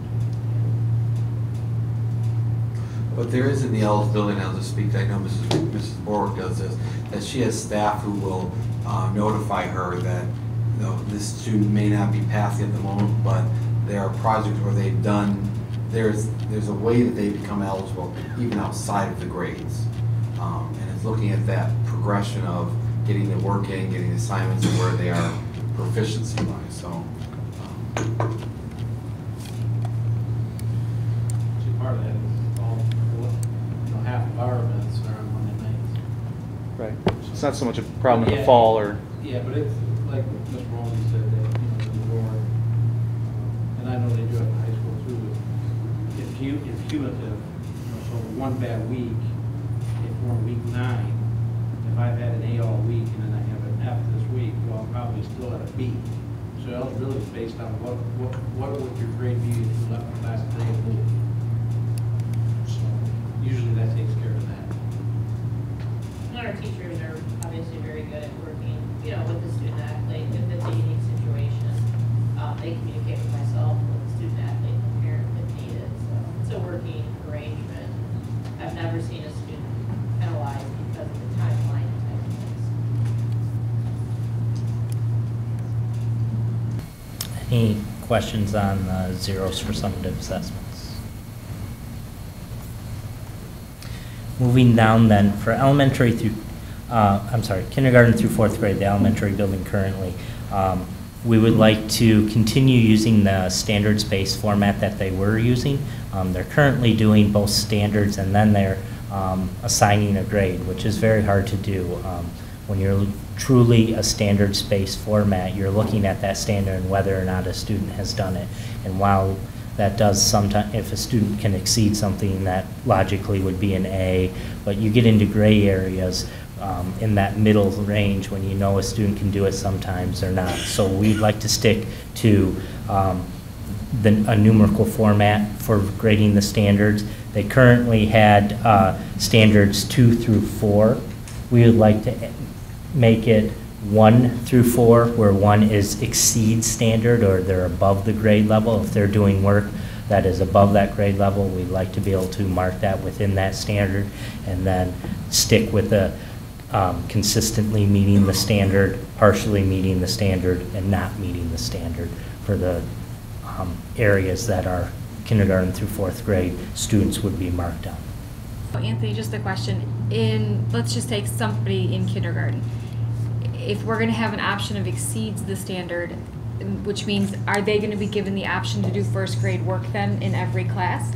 Like the students that are showing that let's say they go in, they know their alphabet, they're reading their sight words, are they going to be given the opportunity to do 1st grade work to achieve that 1? We're always working with our teachers to meet the students' needs where they're at, and we currently have students that do go to different grade levels for areas, and for the report cards themselves, we would have to work that out. We do have a proposal for the report cards where the kindergarten report card itself has a set format, so we would say they meet or above that standard at the kindergarten level. Let me just add to that. What you're finding now at Lee in particular, and I'll speak to that, is the teachers, as they have this dedicated literacy block, and I'll speak to literacy, are grouping students by ability and where their strengths are and weaknesses, and moving kids between classrooms. And then maybe I'll just speak to 1st grade. Maybe Mrs. Ranger is going to take during this block of time the students that are above grade level, or maybe Mrs. Durr is going to focus on students. You're seeing more and more of that in the elementary school. As we can, with the schedule, create that protected block of time so that the team can move kids. And that's really the intent on this standard, is if we have kids right now that come into our building above the standard, where the standard may say by kindergarten you need to count to 10. We got kids that are counting above that. So how do we challenge them, and how do we report that they are exceeding what the expectation is, and then how do we begin positioning them? Where that's going to be helpful is if I have kids that are consistently exceeding the standards in the elementary school, now when I get to middle school and we start looking at those higher level math class and language, it's another piece of data that we can start putting them into courses designed specifically for them. But you are seeing more than, I give kudos to the staff at Lee, because they have really thought outside the box even more, as long as we can give them as much protective time and some common planning time or instruction time as a team to allow. We have, like I said, Mr. Burkmeyer, we've had kids move to different grade levels. 3rd grade, and particularly 4th grade too. This year they grouped and moved kids. Mrs. Walters, there's kids that were struggling. Mrs. I think it was Mrs. Studer took the kids that were at the high end, and really then they customized the instruction. So during that math time, they're able to move kids around based on their level. And the beauty is it's fluid. Yeah. Maybe right now at the beginning I am performing, but when I get to that concept where I'm struggling, maybe I need to move back and work on that with a different teacher. So. Well, I know they were doing that with reading. I didn't know if they were doing that with the other subjects. It is evolving, and it's being done whether it's as a grade level or within classroom. Okay. And this year is very different from last year and previously. So it's evolving as we work and try to address the specific student needs. Okay. I love the idea. I just want to make sure if we're assessing on it, we're offering it. So that's my biggest. Some of the things that we have to look at is developmentally where the child's at. Sure. In the organizational skills. I'm thinking of a kindergarten who's a 5-year-old. It may not be the best thing to have them move classrooms, so it may be done differently within the classroom. Yeah. By that teacher. So that's where I leave it up to. I would say we leave it up to the discretion of the professionals who in that classroom with the conversation with the parent and principal. And And I want to reiterate, we have a great staff at Lee, and they've been doing this. This is not new. This just gives us an opportunity to mark them appropriately within the standards as we're doing that. Was there a split class offered at the elementary school this previous school year? No, there was not. The secondary has not changed. This comes down to progress reports, since we are now going to 4 standards instead of 3. Instead of using that below, we would use number 4 instead of 3. Again, at the elementary level, we're not using grades, so we discuss progress. Really, the next change that comes about then would be for honor roll, recognition of student achievement. Previously at the elementary level for grades 3 and 4, students received academic education achievement if they had all A's. If we no longer have an A through F system, we would be looking at all 1s, or they're exceeding those standards. And honor roll would be based on 1s and 2s. If you're consistently meeting and exceeding those standards, you'd be at honor roll. Any questions on this before this moves to then how would this actually look on a report card for the elementary? So we do have a sample here. This is not what the actual report card would look like. The report card is generated through PowerSchool, but this is an idea of what would be on that report card. So we would still have attendance, and then we'd have our achievement keys. So we'd have 1 through 4 as our achievement key. Effort key and life's work and habit keys, those were previously on our report card. Those would carry over.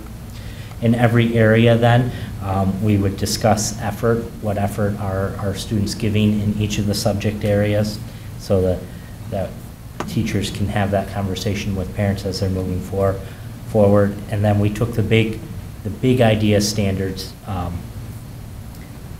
in each of the areas, and we have put them out for every grade level on the report card. So in English language arts, it breaks up into standards for literature, reading standards for informational text, reading foundations, writing standards, speaking and listening, and language standards. And then underneath those big strands, we have some of the standards that are there: key ideas and details, craft and structure. Within this, there's some very specific standards, and we would have report card keys that we would be sharing with parents so they would understand what each of these areas actually mean. Mathematics, again, it would cover the effort, and then counting and cardinality you'll see in every grade level. Operations and algebraic thinking, numbers and operations in base 10, and where you see some of these changes are where they're actually being graded down here. Know the numbers, names, and count sequence. For example, I think we're still in kindergarten, we're working with numbers 11 to 19 to gain foundations on place value. And you would see that number change and grow as they spiral through the grade levels. So I'm happy to go through all these. I think it was providing your backup. I don't know if there's specific questions I can answer for these. The piece I do want to add is if this does go through and approve, we have draft templates of parent guides for the elementary to help a kindergarten parent understand what does the terminology mean. You know, when you look at social studies and you talk about government, you know, what does a kindergartner learn about government? You're talking about, you know, the rules and order, and you start with classroom rules, and then there's a framework, and then you build up to constitutional and stuff like that, and the forms of government, et cetera. That parent guide would go along with this, with parents, so they understand what these terms mean and what does it mean for that grade level. Because you'll see in each of the report, it's consistent terminology, but we're building on it each year.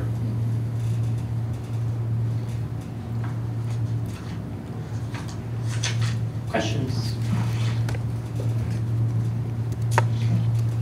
Okay, thank you.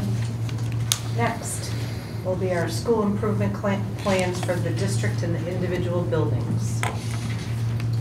presentation, you'll have literally each through H are kind of all combined as we go through this presentation.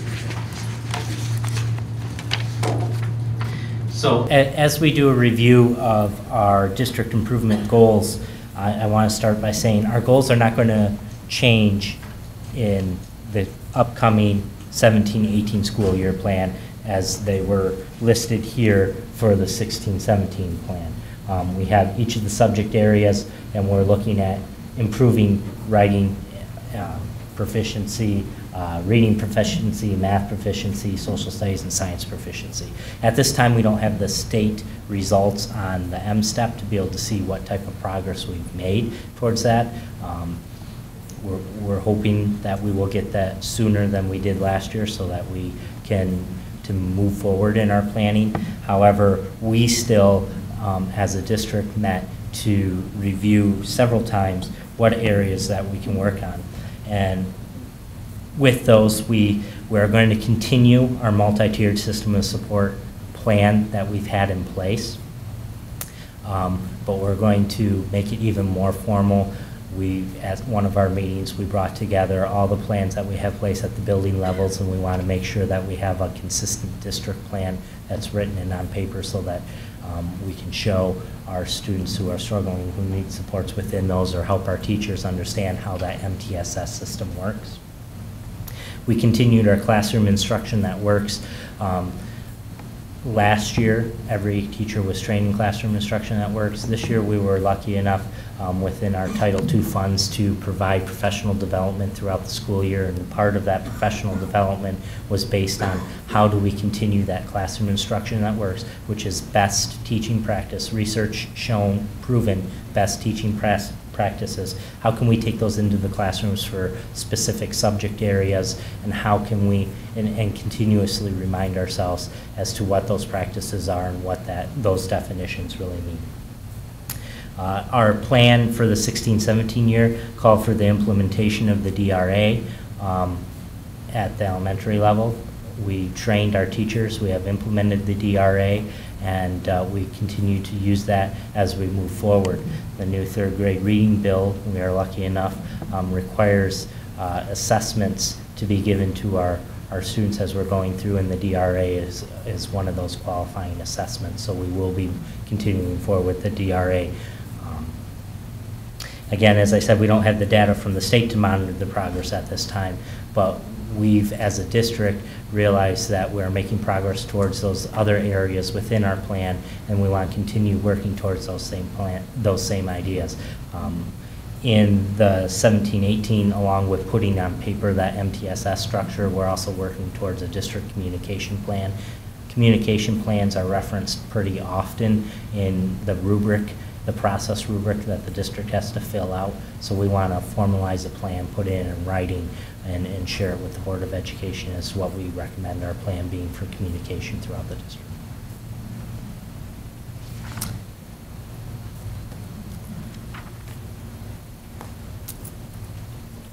Good evening. I'm here to talk about the high school. Our goals are the same as the district goals, and they will continue to remain this way. We will have proficiency in mathematics, proficiency in reading, proficiency in writing, proficiency in social studies, and proficiency in science. As Mr. Berkmeyer stated, we don't have any data yet for this year, but what we did is we used our data from our last year's testing. So we continue to run at the high school our corrective reading and our math support programs. We do that at the freshman level to give them a strong foundation so that as they get to their junior year in testing, we're hoping that they will do better because they've had that foundation. We continued this year training our staff on the SAT. This is still a big change. We're actually going to make another step next year in changing. We were able to actually look at our data, look at our writing, what our kids actually wrote on the SAT came back, how it was graded, the rubrics on it. So our English teachers took one of their departmental meetings and actually looked at those because they wanted to see the people that are grading them, what are they looking for, which is what we found some information that I'm going to share with you that we're going to build on into next year. We reviewed our math scores and our math documents. What we found out, again, is where algebra is our weak area, but we also found out that our kids are not finishing the problem. They'll do the first part and think they're done. So we started asking them now in all of our math classes, and most of them, the gen ed ones, they're asking them, okay, are we finished? Did we answer the question? Because our kids are not following through on that piece. So we're going to continue to build in our math area. As we go into next year, we are going to be changing our reading and writing goal. This is a recommendation coming out of the state right now. The idea is you would be given an article, you would answer SAT style questions, and then have a writing piece on that same article. So instead of having two separate goals, we're going to make it one, and we will be adding additional training to our staff about what we need to direct that at. And if you'll take a look at it, some of the SAT pieces we need to really hone in on is direct evidence, statistics and data, facts and logic, appeal to emotion, and the imaginary and sensory details. One of the things that's different versus our ACT, SAT is asking the questions, what is the writer trying to do? ACT just said, what are you seeing, what are you looking at? So we really have had to work with our students to create and get that. And so these are the pieces that we're going to be working on. More so, we're going to go back to our articles of the month that we've been doing and do them as a article, questions, and then the writing piece. We will continue this year. For the first time, we did an SAT prep within just the English area. We are going to continue that into next year. We also are going to do an SAT prep for math area next year. I'm waiting for the data because I want to really see how those students who are in the prep this year, how they did, to see if we got them to move up higher than they were scoring initially on our PSAT. The other piece that's coming out of the state for next year that's going to be a change, we are going to have an affective goal. Those of you who have been in schools a long time will know that we used to do North Central, and that was always one of the areas. The state changed. We strictly were academic. Well, now they're going back to having an affective area. I don't know if you've read my newsletters, but in March, maybe February, March, we did a survey with our teaching staff, with our students, and with our parents. As a staff and with our student body, we're going to re-look at the results from that survey so we can decide what we're going to do our affective on. So we will be working with our student body, and we will be developing that goal for next year. I do have to say, to give Mrs. Bashan and Mr. Reiner and the high school staff kudos, is what they have done over the last several years have positioned the high school to be one of the top performing schools in the county when you look at some of their test scores. So they are really strategic and focused on adjusting what needs to be done to get kids the biggest potential, especially on these state assessments like SAT and ACT, which open scholarship opportunities for students. Okay, at the middle school, same goals, that we want all students to be proficient in reading, writing, math, social studies, and science. We also have a sixth goal that we want to communicate with parents, community members, and all stakeholders through a variety of media to provide timely access information about what we're doing at RMS. A change from 16-17 to 17-18 is we're going to go from 6 goals to 5 goals. We're combining writing and reading into one goal because so much of what we do involves both. So rather than have another 5 pages in a report, it's covered both writing and reading in the same section, if you will. We believe, again, you know, the data for this year is not out yet, but our NWA data is. Our NWA data shows that our students are performing at the national average and beyond. And last year's MSTEP data of the 11 tests that we take our students from grade level to grade level, looking at the same group. It's called a cohort. Grew in 9 out of the 11 tests. 7 out of the 8 that were math and ELA, which is 50% of our school report card grade. And then the other 3 tests were, you can't compare the same class because you would take it in 5th grade and then you take it again in 7th grade. Or you would take it 4th grade or 5th grade and then again in 8th grade. So to compare those groups year over year, it's kind of difficult.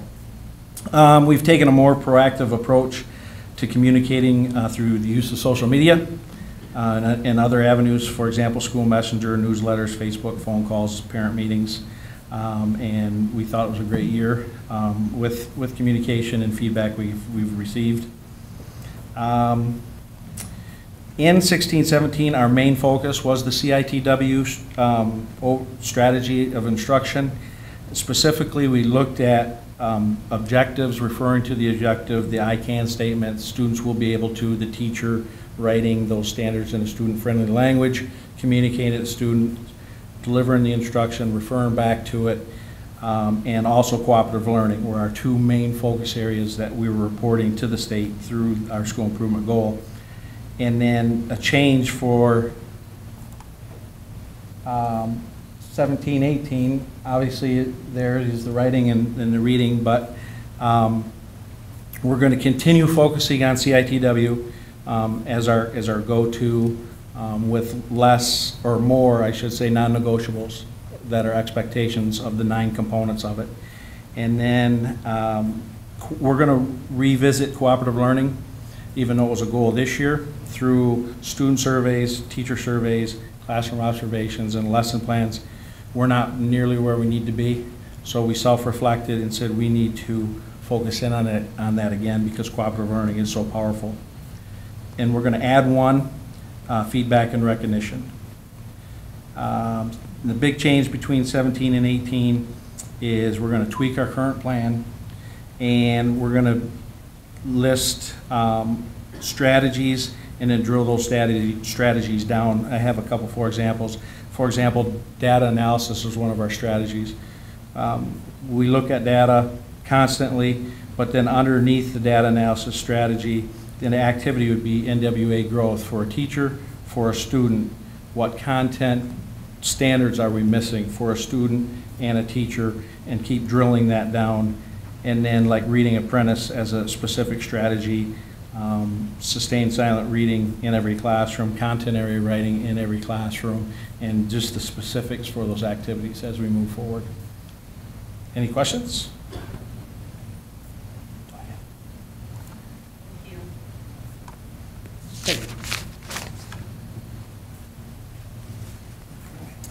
As you can see, for the elementary goals for this current school year, kind of follows the district and the other schools, with the main core areas being the focus.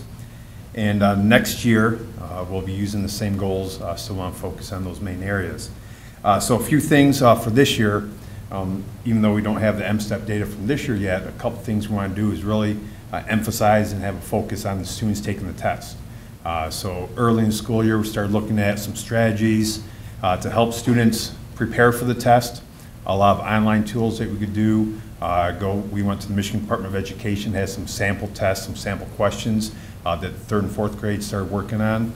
And we also focused on anywhere kindergarten, 1st and 2nd grade, preparing those students to take the test. Even though they don't take the test till 3rd grade, there's a lot of different skills that students need to develop, especially that age, to be able to be successful just taking the test, along with the knowledge that they need.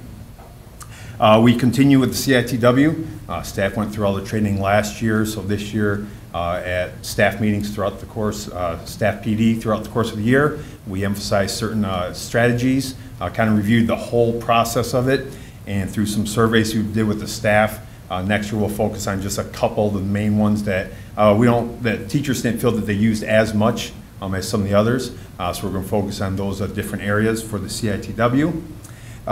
We had several staff members. We had 4 staff members and myself. Went to reading with the experts to get a lot more information about literacy, how to do balanced literacy in the classroom, and different strategies to help improve reading. This year, those staff members were able to share some of the information at the grade level PD, but what we'll be looking at more next year is doing a little more follow-up and a little more direction from that staff who went to share some of those strategies at staff PD also. We have begun DRA an assessment so we can pinpoint, see how students, what level they're at, and also the progress that they've made. So at the end of the year, all the teachers tested their students, and that information is being passed on to next year's teachers. So the teachers have an idea right away where the students ended the previous grade and where they kind of start that testing. Give them an idea as they start working on their reading groups and how to group the students, make sure that they're at the correct levels. With fall science kits, to really emphasize some of the standards that need to be taught for science as the state's still working on those standards and the curriculum. For next year, a couple things we're looking at moving forward. We will be looking at the third grade reading initiative, make sure that we have standards that all students need to meet, and if they don't meet those standards, what do we do? What are some specific strategic instructional strategies that we'll be working with those students? Like I mentioned, we'll continue working with CITW, but focus on only the ones that teachers reported they don't use as much, so we can introduce those and see how those can be incorporated into the classrooms to help students.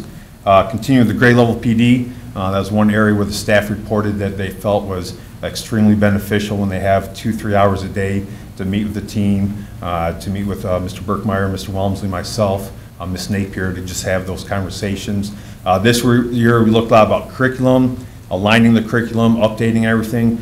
Next year was more focus on teaching strategies that they use as a grade, as a team, look at common assessments that they'll be using, and a lot of the student data. We'll be looking at DRA and NWEA so we can see exactly where students are at and how we need to move those students so they're progressing throughout the course of the school year. We'll continue with the PLC meetings, and also as we look at those instructional strategies, that's the main focus, that we can work as a team, the team can collaborate, make sure that we're working for the best of the students for next year. Any questions? Okay, thank you very much. Just the big picture, the district school improvement plan has to be submitted by June 30th, so we will be submitting that. The buildings do not get submitted until September 1st. As they had mentioned, the building school improvement plan is changing. The state is changing the template that we're using or the format, so we will adjust and obviously meet the requirements that the state has outlined. But I think the bigger picture, what you heard is there's a specific focus on the staff needs and what do we need to do in the building to make sure they are secure in what they're doing in the classroom on day to day. So thank you. Yeah, thank you. And thanks to all of you and your staff too. The school improvement process is long and it's hard work, so we appreciate what you guys do in the buildings. Okay, budget presentation number 10. This is our last budget presentation before we start finalizing the documents to come to you in June. As with all the budget presentations, I've been talking about what our assumptions are, if things have changed and so forth. Late last week, the state released, there seems to be a compromise proposal that is indicated that this is what schools will receive. In your document, which I apologize, I put this as letter J and I, so on your online it's so I apologize. But you'll see the state, it's draft here because it's not officially approved by the legislation yet. But for Richmond Community Schools, they are projected to give us $120 per pupil funding increase. Throughout this whole process, all three proposals had a minimum of $100, and that's what I've been using through all of our conversations. Some had more than $120, but they all at least guaranteed $100.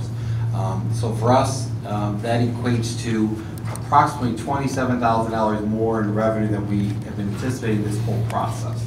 So the budget that you have now in front of you, or the detailed budget, is based on receiving $120 per pupil rather than the $100 that we talked about. The second piece that I'd like to point out is the at-risk funding. Though we don't know the strings, all the strings attached, we do know a portion of that we need to designate towards that third grade reading proficiency and literacy coach, et cetera. But Richmond is expected to receive approximately $94,000 additional at-risk funding. So let me just scroll over here.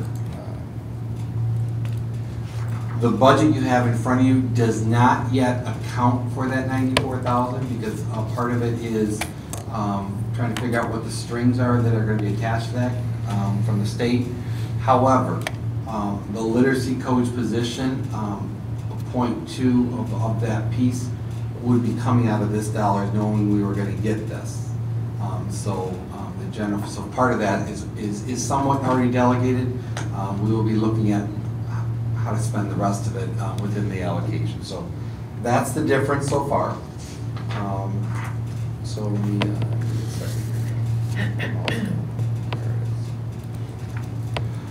so the next sheet, which should look familiar to you, and for anybody who's been in the last 10 meetings, you saw this. I want to just direct your attention to the last page, which is page 4 in yellow. I have not changed anything on the student enrollment. It's been consistent through the whole process. The one that is different is this number here. Previously, documents showed that to be about $276,000 as a shortfall. With the additional $20 per pupil, it brings it down to a $248,000 structural problem with the loss of students, et cetera. That equates to a little over a 1.6% increase over our past foundation allowance. I didn't point out on the last sheet, but our new foundation allowance would be $76.31. And on that last sheet, if you look towards right below Richmond, you'll see the charter non-public. They receive the same allocation as Richmond does, but they have expenses that we don't have, that we have that they don't have. The retirement costs, our obligation, transportation costs that we have. So it is not a level playing field in the way they currently fund charter schools and public schools, especially receiving the same. It's my political commentary. But if we did nothing and left things as is right now, this would be our structural problem. It's basically taking our current, what we anticipate to end the year with, which is from the last amendment, adding to it this number, and that gives our current. So we could take everything and just use fund balance, and that would bring us down to about 2% and leave things as is. That hasn't been our process through the through this 10 periods of discussion. I want to just I'm going to start going with some of the summary documents. If anybody has any questions, feel free just to interrupt me. Some of this is just more of a review. This is the revenue that we've talked about. Column E is all of our projected revenue, pay to participate, et cetera, all the way down. You will see item line 131 is a red line. That is changed from the previous one. That now represents the 248,000 less revenue rather than the 276 based on the new student per pupil allocation. So that's the only change in this document from what you've received previously. When I take that revenue and I look at the expense summary sheet, we have a change in our final bottom line because of those changes and now where we project staffing to be, and that's what I would like to go over with you. Basically what you will see here is under column D, you will see the summary of the detailed report which you have in your packet, and it goes back to the function code. Column C is the difference between the current budget, which is, oops, hang on, let's reset, try this again.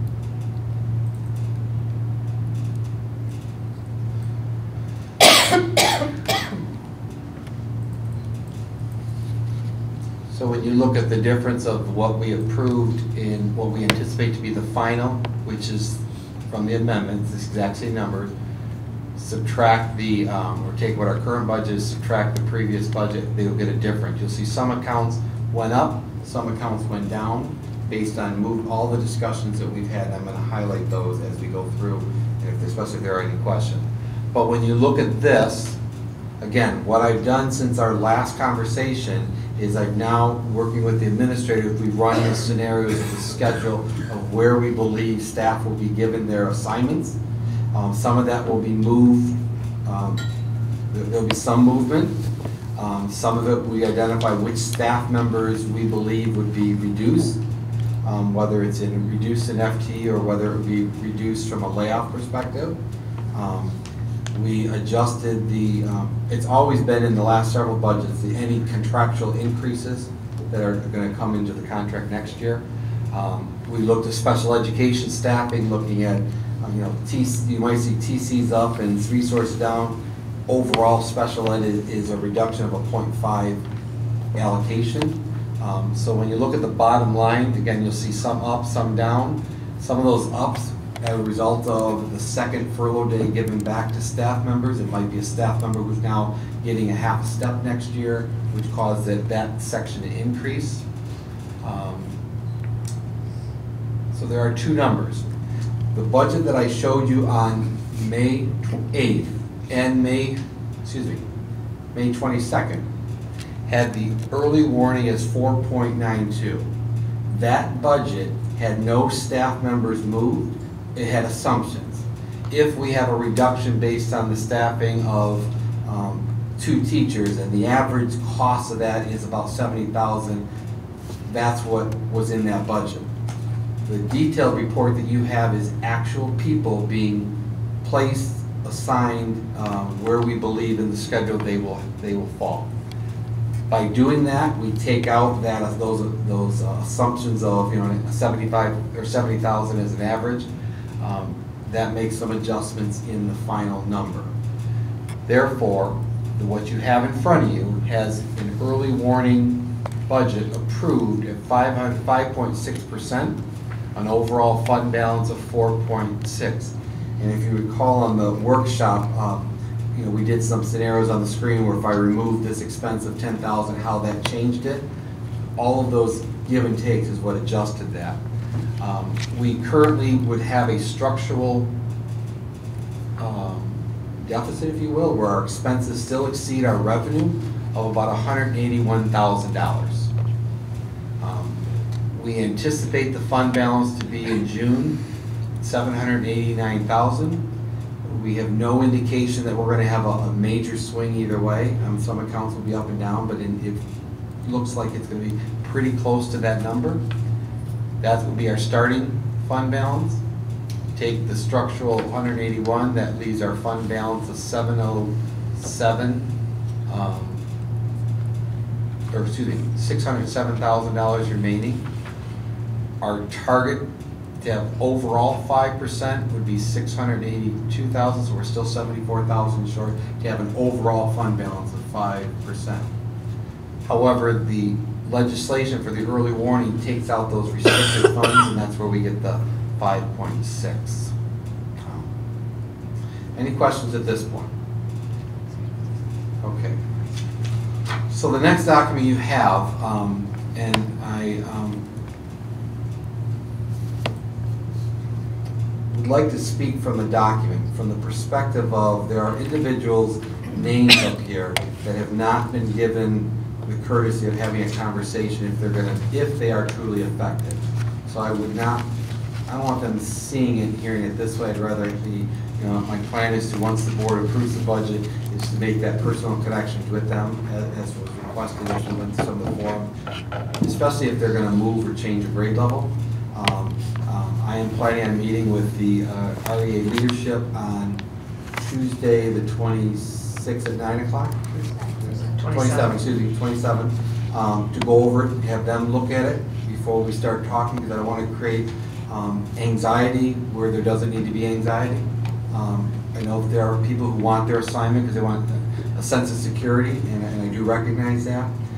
There are some still unknowns in here. For instance, and I'll just use the example because it was spoken earlier today about one of our teachers is taking a position in another district. We haven't received any notice as a district yet, so that teacher is still in this budget. And so you'll see that in there. So if that teacher does take another position and we replace that teacher, it may not be at the same level. And so there could be potentially more savings in that angle, except from that. So with that, I would just like to highlight some of the changes on the document. And I'll just start with the function 111. I don't know if everybody has that up or in front of them, but if you look at the left column, the numbering, you'll see items that are in red. Like the number, so for instance, line 4 is in red. That individual is projected to be moving from one building to another, and the FTE is being reduced. So that's why it's in red, so you can see that's a change from when you had your previous budget.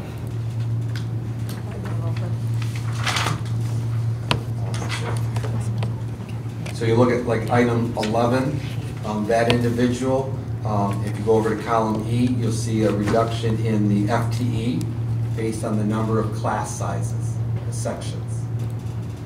Okay. When you look at 24 and 25, again, when you go over to the FTE, it's a reduction of our FTE.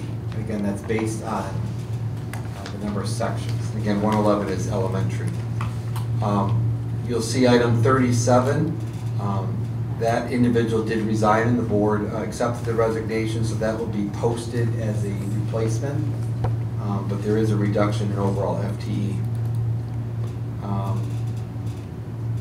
Line 44, based on the schedule that we have been working with from the administrator, that individual is expected to be laid off. That's why you'll see in the FTE a 0. Line 48, again, that it would be another reduction in FTE. And then finally, on the 111 salaries, you'll see line 68, that individual is expected to be notified of a layoff.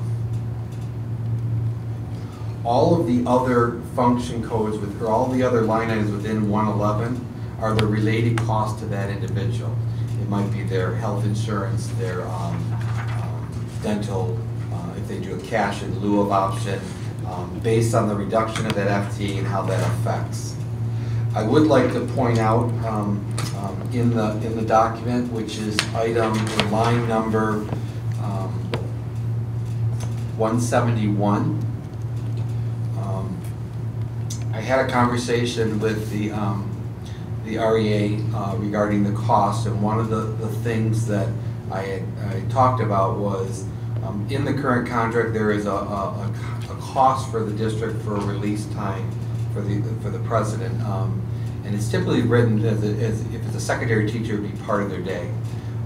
We looked at the option of, and again I was looking at it from a budgetary perspective, that lens, and we were able to figure out a way to reduce that cost with some scheduling and so forth, but it would result in at least 3 people being affected in the organization. I'd like to give kudos to the REA who came forward, and you have in there kind of a draft of what they had proposed to save with the idea of minimizing that movement, keeping the individual where they're at, and there is a cost savings. But it would be a commitment that we keep in this case, the union president at lead for them. I would recommend the board seriously consider this as a viable option. I appreciate Teresa and the RA coming forward and looking at it. They were looking at it, and again, I was up front on saying this is not necessarily good for kids. It's a budgetary look because I'm going to affect multiple teachers and multiple classrooms. Taken from the perspective of how do we minimize the impact on students and then teachers too, because they're learning. This was proposed to us, so I want to thank you, Teresa, for coming forward and helping us find a solution here. It would be a 2-year agreement, and then after that we either have to renegotiate or look at it. It could be part of the contract discussions at that point, or if she still remains as union president, we have that conversation at that point. So this is in here. Correct, it's, All the right, figure that isn't 171 exactly, it's pretty close, because you're gonna have not only the salary piece, but later on, you're gonna see the FICA and the retirement. So yes, that is already built in, if the board would wish to agree to this with the REA. As you go through the other pages, again, it's the life, disability, insurance, again, all those red are just the domino effect when you deal with a particular individual and the impact of those other benefits. The next tag I would like to draw your attention to is line number 864, which is unemployment costs. So what I did was I took the total FTE from elementary this year, and I subtracted the total FTE projected for next year. And that difference, I took that number and multiplied it what would be our unemployment cost. So that number is more of an accurate number than what we were projecting before, because now I'm talking about real people. There may be some that, based on a small reduction in their FTE, may not be eligible, but it's built in here as our, I guess, worst case scenario for unemployment costs. And that's it for 111. This 111 here talks about, as we previously, has 3 sections of kindergarten, 4 sections of first grade, 4 sections of second grade, 2 sections of third grade, 3/4 split, and 3 sections of fourth grade. Our current kindergarten numbers, Mr. Koshin, do you remember off the top of your head? 87. 87. We have 80 that were finally registered and 7 that are pretty close to finishing. Or no, I'm sorry, scrap it. 87 total at our kindergarten at this point. That is a good number at this point. Can you say those grades again, the breakdown? Kindergarten right now, we are budgeting for 3, 87, and really our summer, August numbers are going to have to look at adding possibly that 4th one back. First grade is 4 sections, second grade is 4 sections, third grade are 2 sections, 1-3-4 split, which is primarily a third graders in that. When you look at numbers, there's more third graders than fourth graders. And fourth grade, there are 3 sections. So there's 17 FTEs total at the elementary school budgeted for classrooms over the 19, which is current. So 87 for kindergarten. So that's a lot of kids for June, right? So the idea is leaning towards that 4th kindergarten based on the fact that, correct. Well, right there, that's almost 30 kids in the class, but right, that's what you're still saying. What I'd like to do is let's get the numbers in July and August, at the beginning of August, and come back to you in the first meeting in August, if possible, to have more definitive numbers. We typically get a summer influx, which I'm hoping for. That really pushes it. Now, some of those we are choices of parents to have their students repeat kindergarten again, so we have that number is built into there, that 87. And what's the magic number to bump up? I would say around this time we need to look at it. Okay. That's a lot of kids in the kindergarten class. Yeah, okay, good. So we're looking at that. So we're having that conversation. I guess from the budgetary perspective, the budget you have in front of you keeps us off the radar of the state. It keeps us. And if we need to make that adjustment, let's look at where those numbers come in August, because if there's a grade level that we get requests for records that drop, it might be shifting a teacher. I don't expect that, but I think at that point we make that decision, which would be closer to the first meeting in August.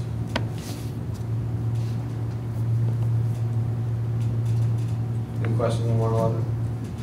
Just, I'm not going to go through all the functions. I'm just going through the ones that have been changed. So when you look at 112, again, you'll see a couple of them where they're highlighted in red. I just want to draw your attention to line 1010. Previously, we budgeted for that teacher.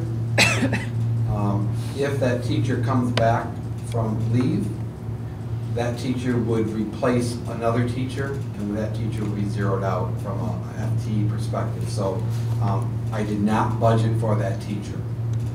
Where this year I did have that, and that's some of those unencumbered funds that throughout the whole year that were sitting there because we didn't know the status of that teacher.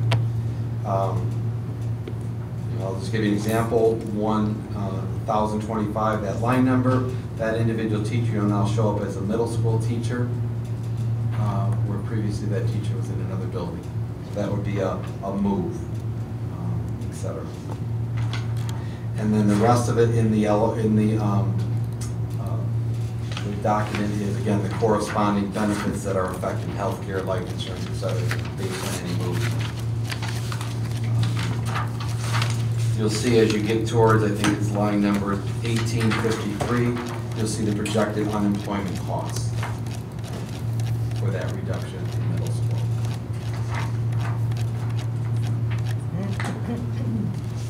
As you go to the high school, which starts in function code, or excuse me, line number 1993, you will see a couple teachers, like 2024, that teacher is no longer at the high school, would be moved to another building. So that's why you'll see 0 in the FTE column for column E, but he or she shows up in the previous building. 2028, that teacher, as you know, resigned. In that person's schedule, we had an open block through the scheduling efforts of the administrator. We were able to eliminate that extra block. So that's why you see, rather than be at 0.29, it's at 0.17, and that would be a new person. You see line 34, some teachers picking up an additional singleton section.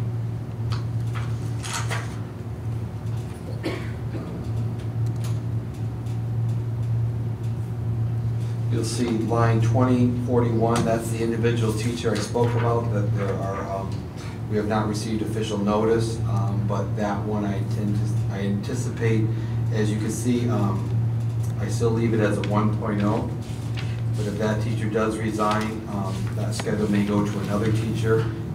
That schedule will be reduced because it's only needed at part-time, and that would be posted then, or offered to a teacher who qualifies for that potential layoff.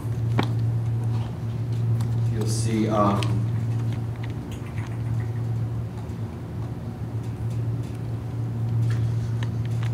for 2046, that individual, see, it's just a reduction because that schedule is picked up in $31A later on in the budget.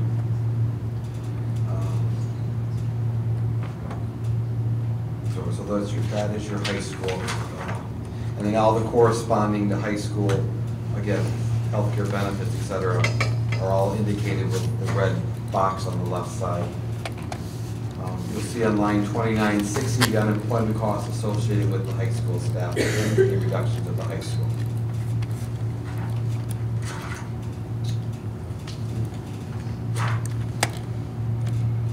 I'm going to jump over to function code 122. That's the next significant change, which you'll see line 3351.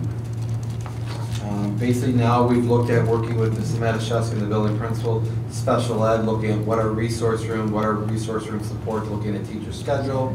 Some teachers may have been resource and are going to pick up TC assignments, so they might be reduced in resource, but they'll be picked up in TC. So this now reflects where our special ed numbers will fall based on the tentative schedule we have penciled to give staff.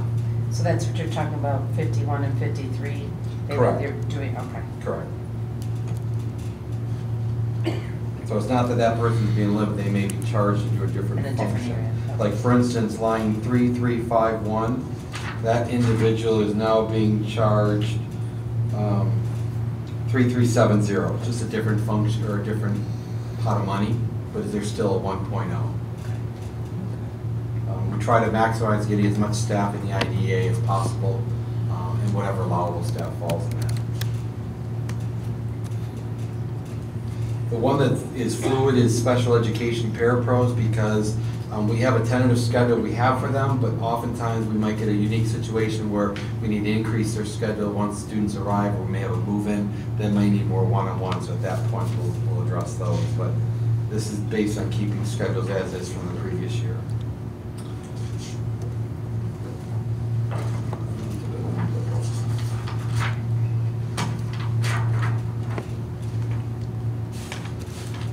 The next, I guess, the major change from the previous one, or change, if you go to line 4463, excuse me, 4462, 4463, and 4465.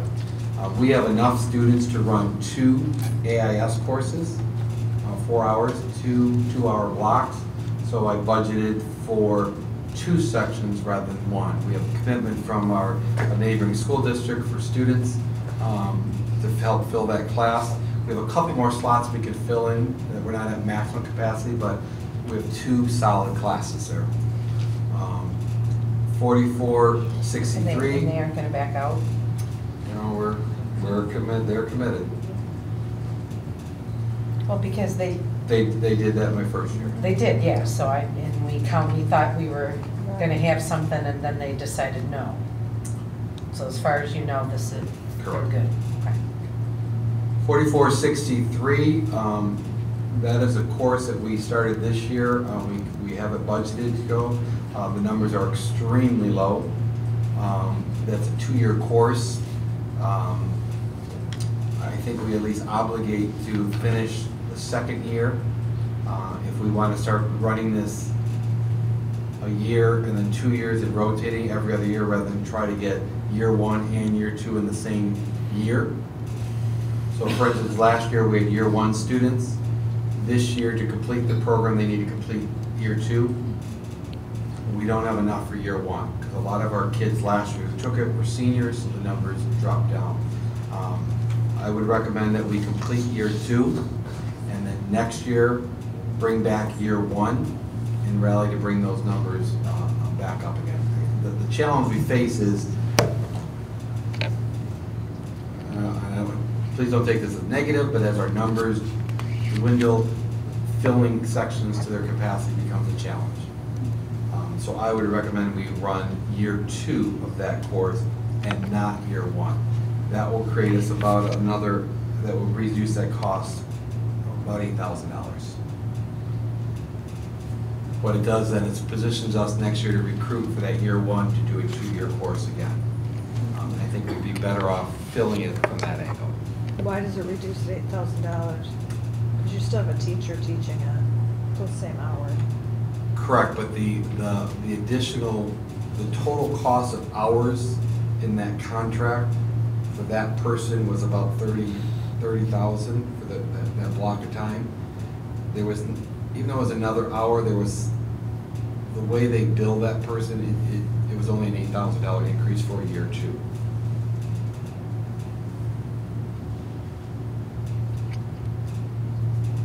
So those juniors, those people entering their junior year wouldn't have an opportunity to take a full 2-year course in EMT?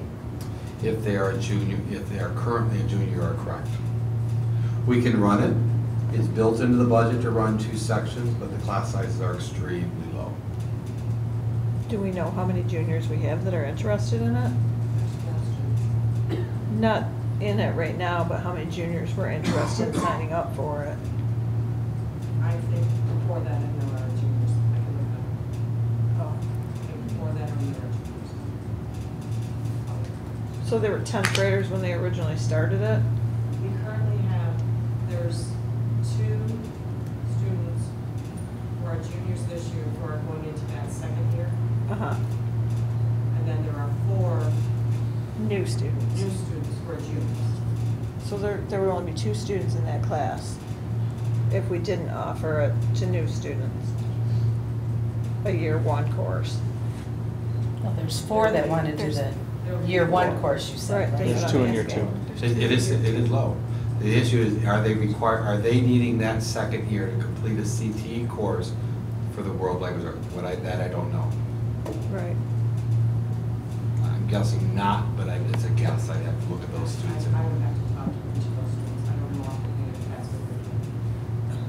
And then You're talking about the second one, the 2 kids that would be in the 2nd group. well, even the people who were deciding to do it in their 1st year could be wanting to use it as their language course too. haven't had that discussion. Has Jeff White looked at the possibility of working with Macomb Community College to get some of those senior students to be able to do that piggyback of their second year at the college? I have not heard.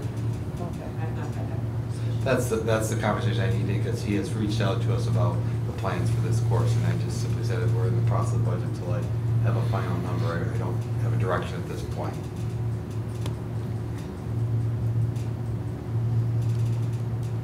So that's one that we need to. It can't be taught combined? If they weren't going, and I'm gonna speak probably out of turn here, could they be caught combined? I would probably say no, from the perspective of year one, there are specific SIP codes that they have to meet, CIP codes, and don't pass me on CIP, I don't remember. Specific segments. Segments. And so in year one, you've got to accomplish these segments, in year two, you've got to accomplish these, and by completing all now, you've completed the program. I met with Jeff White last week, and I asked that question. And he just said it would be too difficult to put them together because of what they have to cover. The other piece that happens with your second year kids, they're going to start doing Field experience? Yeah, their field experience. So we would have to work in that piece or work with them on that too, so. Well, they typically do those outside of class time, though. Well, I guess I'm just concerned with the talk that says they're taking the class to cover their language. Is that truly what they're doing, or are they interested in that field? That's the whole reason that we talked about bringing this class to our kids in the first place, to give them those. Well, I think it's a combination of things as they're setting up their schedule. It's an intensive course. It is a much more rigorous course than the health science courses that our kids experience through PanCom. I think that's fair. It's a much more, with the idea that at the end of the 2 years, they can take the exam and be an EMT and walk out of the high school with a $40,000, $50,000 paying job of an EMT. If they're 18. If they're 18, yes, right. That's the other caveat. So that one we're going to need to have some further discussion or some direction on. It is currently in the line item to have the 2 sections. The other piece on line 4465, and this was simply an oversight on my side, I apologize. We had the transfer of food service dollars to cover the culinary, but we didn't have a line item for the salary for the culinary for that part. So I added that in there so that the expense equal to the transfer from that end. I'm sorry, I gotta go back to the EMT. Oh, absolutely. So if in the budget it's set for the 2 classes, there are 6 kids, right? 4, 1, 2, 2. I don't know why wouldn't we run it like that if the money's in the budget to do it? Or do you run the risk of, if you don't do something, does the interest drop completely, and then there's something that goes by the wayside that we're trying to offer? I'm sorry, can I give you an opposite to that? Uh-huh. And we talked, I really talked with Sarah about that, because I think what happened this year is that we really pushed it. We really had a lot of parent meetings, and then when the kids got in there, I don't think they realized just how hard it was going to be. And she said she had kids in there that didn't want to do it because they thought they were going to be there, Margaret, because they were going to make that, they were going to have to take that language. Mm-hmm. And they just didn't realize how hard it is, and those kids then dropped at the semester time. Her and I talked about, if we don't run that first level next year, that she really does some recruiting, that Sarah comes in and does the recruiting. We actually have already rewritten the course description to give it a little bit different look, a little bit different flavor, with the hope that we would just kind of rebirth it again or retry it again with a different group as the kids are going through. She was concerned about us running it with kids in there who just didn't want to be in there. I mean, I was in part of that original CTE advisory board meeting, and in speaking in regard to that as a parent that had a student in the class. The class was just marketed as it was going to be this hands-on, it was going to be medicine, it was going to be fast-paced, it was going to be lots of hands-on and activities, and it's not. It's learning medical terminology. It's a lot of book work. It's a lot of anatomy and physiology. It's a lot of authority-driven. You will do this, you will stop when I say stop, you will wear a uniform, you will wear boots, you will wear, you know. And so it was much different than what the class was really marketed to be the first time around.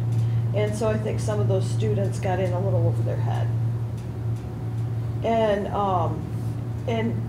good and bad. You know, for us, we now know that what we need to market those classes toward, and what we need to tell those students to expect when they get into that classroom, because it is that type of field, and that's what it has to be. Mm-hmm. And it's being well run, and it's a good program for the students. The ones who are excelling in it are doing a great job. And I don't want to lose that. Right, and they're going to come out with a great skill, and be able to contribute or take those skills on into the field. As long as the 4 that signed up have a good understanding now of the rigor that it takes, I would say go. I would hate for those juniors to just completely miss out, because there's 4. That's truly what they're interested in. If that's what they're interested in, they know how difficult it might be, and they're still interested, I would be for running it still. Right. Running it as the second year this year, start year 1 next year. Yeah, because there's the 4 year 2 interested following, in that. Yeah. with the ultimate goal of trying to get a year 1 and year 2 at the same time, but just sheer numbers, it's not at this point looking that way. But next year there's going to be the 2, right? First year and Well, second if we year. ran year 2 this year, those that would be completing the course. Next year, then we start the program with year 1 again, another group to try to recruit that group again. And then they have year 2 in 1920 school year. So, okay, you lost me there for a 18. second. Let's go back. So you have year 1, year 2 in 17, 18. Year 2. Year With the 1 2 in kids. 18, 19. Aren't we? Year 2 in 19, 20. No, I think the question, aren't we saying that in the budget, you've got 4 for year 1, 2 for year 2? I think that's For what the this fall. conversation is, that if you've got 4 that are interested in year 1, they know what they're in for, why wouldn't we run it? Yeah. That's where I was. For the budget we're approving right now. Juniors, Correct. So this is their only shot to I guess get both years the in. bigger picture I would look at is, we have tightened class size, not tightened that they're accepted, but there are some that we've chosen not to run because they fell below 15 was our original thought. Now, there are some that are still running because they're an AP course and it may be a lower enrollment, that we're still going to run, because otherwise we risk those students leaving because there's not an accelerated. So we began making decisions on class sizes as we tighten the schedule to get to a final schedule. But are these 4, if we close year 1 in this fall, are those 4 students gonna help you not close a class for fall? No, I'm gonna have to find another class for those students to go in. But it's not like it's gonna save a class if these 4 are taken out of the EMT and placed somewhere else. No, what I'm saying is we're creating a split classroom, running 24 kids in that class. We've eliminated classes that were at 18, 15 to 18 as we were building the schedule, and we're running a lower class. And I guess when I presented this last year, anytime you start a new program, you got to take the investment in running it to build it. Yes. And get it. So, Yeah. you know, our TV class, we've got solid numbers. Our culinary area, we got a solid first year set of numbers. Those I'm not worried about. This one is a little different. Yeah. And if you're willing to commit to it, I've already budgeted for it. So if we don't do it, it's going to help our bottom line. If we do it, we're still where you are that I have here. And Deb, do you feel like the 4 that signed up know what they're in for? Has that been really relayed to them? It hasn't, so what I'd like to request, and I can do this, I'll make some phone calls. I'll call these 4, find out if this is really what they want, really where double check the grades. I want to say they're all juniors, but I'll double check and make sure we're sure on that. Okay. And I can get that to Mr. Walmsley within a day. I can report that in the newsletter if you'd like. So we have Just to make sure they're all aware. So that we don't have another episode of 2 people dropping out or 3 dropping out or whatever. Almost half the class dropped. That's a lot, yeah. I don't want that to happen. Not really. Yep. According to Jeff White, our dropout rate that we had is normal for the EMT class anywhere, from adults down. That is true. Yeah, that's probably It true. has a very high dropout rate. It has about a 52% retention rate. So is our thought that if they are interested, then we want to keep it in the budget the way it is? If they're not, we just run the second year class? Is that what we're saying? General consensus? Yes. Okay. I will report back once we get that information.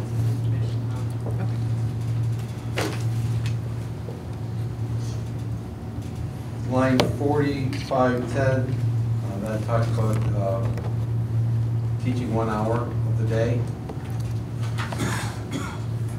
And as you go through all the domino effects that it has with all the FICA and benefit.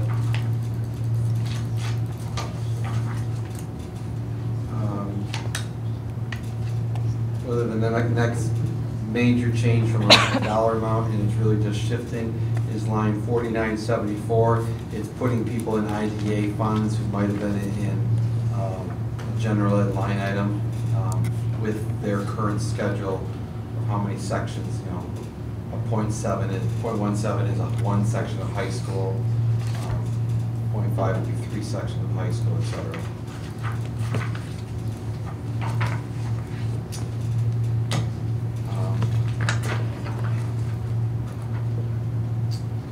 Next one we get to is line 5821.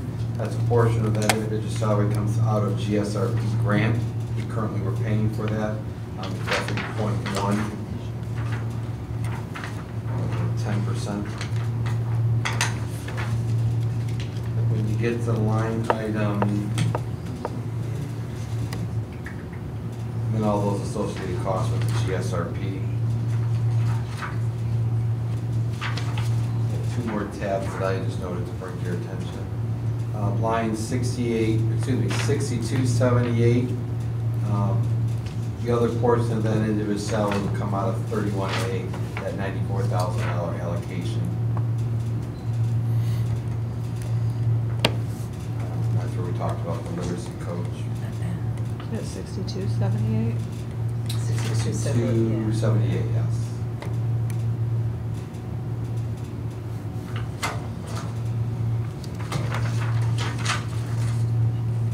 Last major change that I showed is line 7174. A couple of weeks ago, we talked about reallocation of funds to department and grade level budgets. So that dollar amount there on line 7140 would be zeroed out. And I attached to you a copy of the line items for the supply accounts by grade level or department with a projected budget. You'll see the first column that says proposed budget totals $58,000. The revised, giving those grade level department allocation is 58, so it's a wash. It's just taking money out of there and money in the other, any instructional supply accounts, and how that would be divvied up.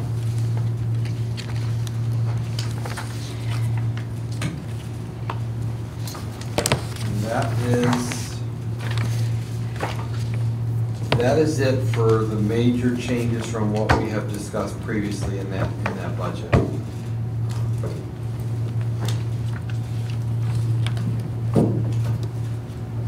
At the last board meeting, there was a request on, I can't remember if it was a request of the board. I know Mr. Simmons brought it up regarding administrative. I've given you positions. I've given you a memo and looked at the options. My administrative team and I met a little over a week ago, and we looked at what are the possibilities, and each one has its own unique impact. The beginning part of the memo talks about our revenue assumptions. The only thing I changed from the previous memo was the change in the foundation from $100 to $120, going up to $76.31 per pupil. But you'll see the rest of the memo talks about possible administrative reductions, and there are a couple options and the potential impact. I don't know if you want me to go through and discuss those, or if you want. It's up to the.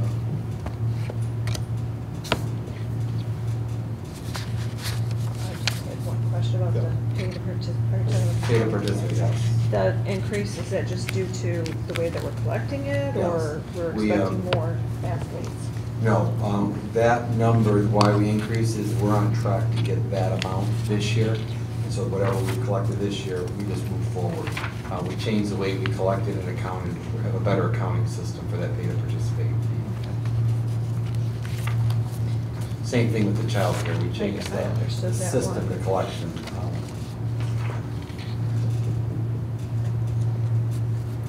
So the budget shows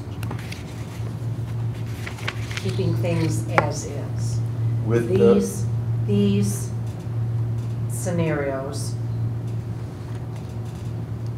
show changes in administrative stuff and where savings would be. Correct. The difference between this year's budget, FY17, and next year has part of an administrator as a literacy coach. The details of that, the logistics, I'm going to be honest, I need to sit down with them and figure out how we're going to work it. But at some point, we got to have a literacy coach, and there are certain regulations that go along with that. Basically, what we would be doing is taking out of the general fund the savings and charging that administrator's portion on the 31A. So we're creating a general fund savings. These scenarios, none of these are built into the budget. Right. But there's the potential savings and then the anticipated impact of that reduction. Some of that would require bargaining because it's a change in working conditions and duties. Looking at exempt versus RAA work, if you will, and what does that entail. Some of it is a shifting of duties. What I provided you in the back is a list of all, and this was our best effort, and I thank the administrators for putting this together for me, kind of a overview of duties that they have their hand in. Some of it, there's multiple people that deal with the topic, but it's based on the level. Some of it's behind the scenes, some of it's immediate, or very directly in the classroom, it's much more visible. But each one of these scenarios that I've outlined here has an impact on duties. From the perspective of there's a learning curve. Someone taking on a new duty, and I'll just speak to last year, Ms. Borwick and Mr. Bordeaux, when we shifted athletics, there's a learning curve. None of us at that point were at a specialty in athletics or had an experience in that curve. There's a learning curve we got to go through. The same thing would happen if we implemented any one of these.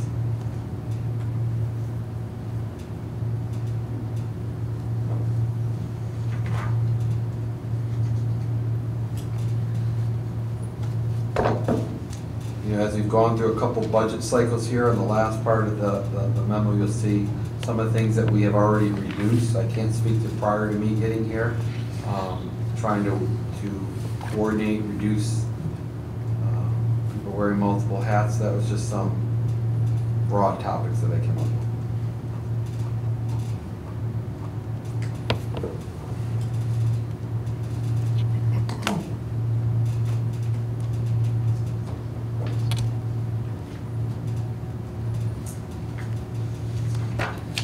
Other than that,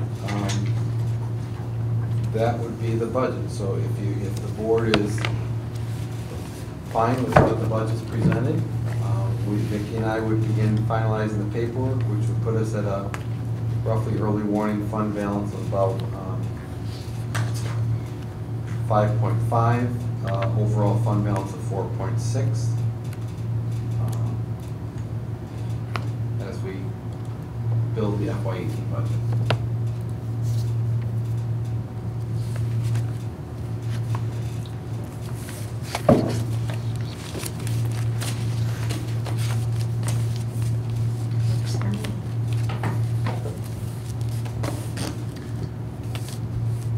So if we have questions or a dialogue about changes, they take place now, or we'll have time to?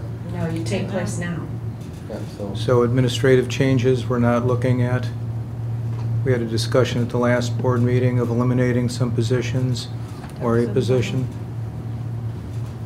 Stuff was in that memo. Did you read the memo? Is it on the agenda? It's on, it was in the packet. It was an attachment. Yeah, here's a copy if you'd like. Thank you.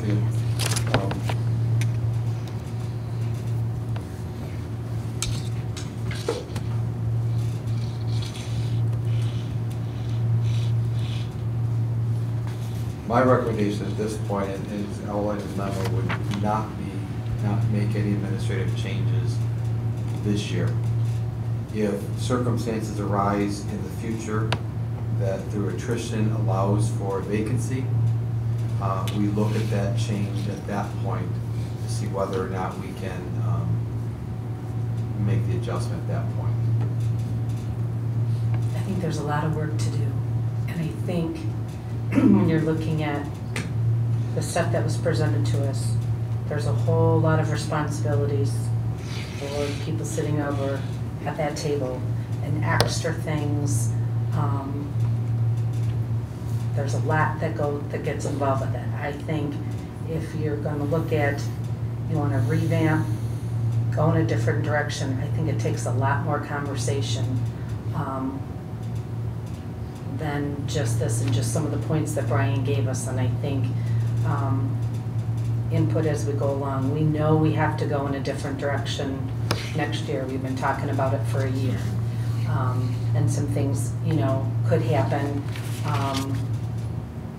that we work towards changing how we do things administratively. I think the piece that, and it didn't dawn on me until we actually started having the conversation. Next May, or next year, we have the last of the series of the bond to be issued.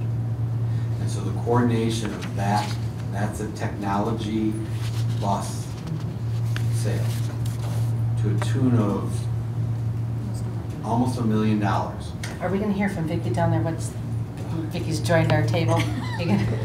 Almost $1 million that we're going to need as a group, and I say group meaning from the classroom teacher, building administrator to the central office as a group, figure out if we've done a one-to-one, what's that going to evolve to? Is it the next replacement? Is it replacing the same thing? You know, that bigger picture conversation. The other aspect we have, and it's, and I'm going to be honest with you, it is more of a selfish for me, but I want to put it on the table, is we have a brand new business director and coming in July 1. And so that aspect and some of the duties here on these individuals here, whether it's at the building level, you know, I'll give Deb takes care of CTE, her and Vicki. Deb wins the lottery and says, I'm out of here. I got to have a plan to understand CTE better than I do now because she takes care of it and that's part of her function. You know, Anthony with the consolidated application, I surface level am involved, but the day-to-day details, that's done. And so that's the piece that I worry about from the perspective of if the future holds through attrition, then let's figure out the dialogue, because one of the things I committed to this community is in the fall, we're going to have those forums with the parents talking about the structure of our district, what that's going to look like as we move forward. Because after next year, that high school hits below 500. Now we're going to have some serious conversations on scheduling with a below 500 building.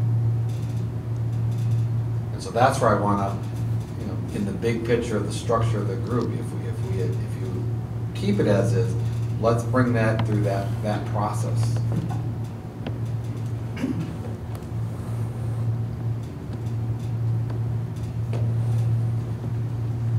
that's just something to, again, consider that, we got $1 million in bonds coming up that we're gonna have to coordinate. Just if you think about the $1 million we spent on just a laptop and the amount of manpower hours that took to launch that and get that going, get trained, to get people comfortable, and obviously we learned from things that in hindsight we probably would have done differently, but we've kept improving, and it's becoming very seamless in how our staff are using it, which is what we want. But there was a lot of effort on not only the staff, but the individuals sitting over at that table there.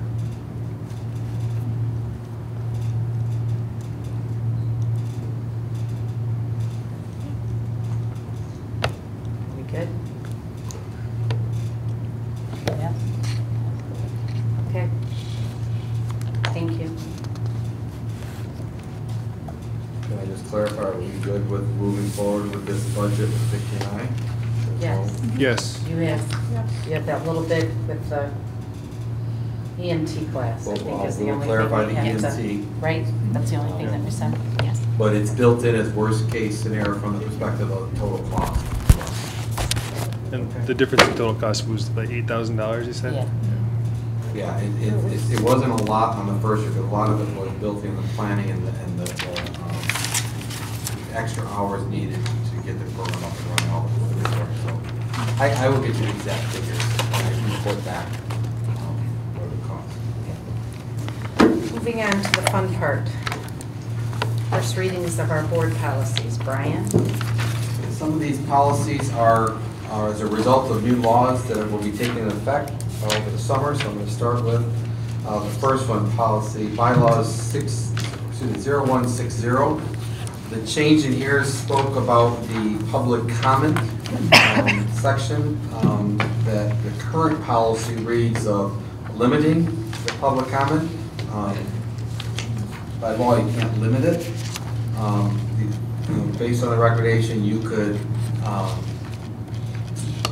schedule that after a certain time, you recess and pick up the meeting at that exact same spot if it goes beyond the time. I'm not recommending that. I would just recommend eliminating that piece of the policy. And limiting it means how long you can have How long? public Like we're going to comment. define public comment for 20 minutes, and once 20 minutes up, we aren't taking anybody.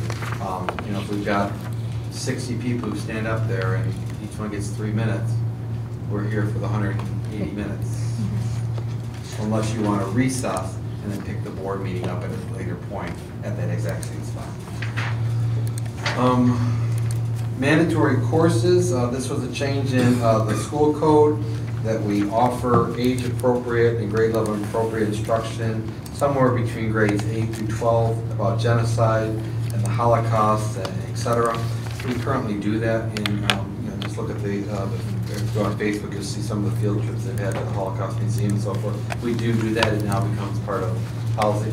It is optional. You do not have to, but we do it. And it meets the Michigan School Code 1168.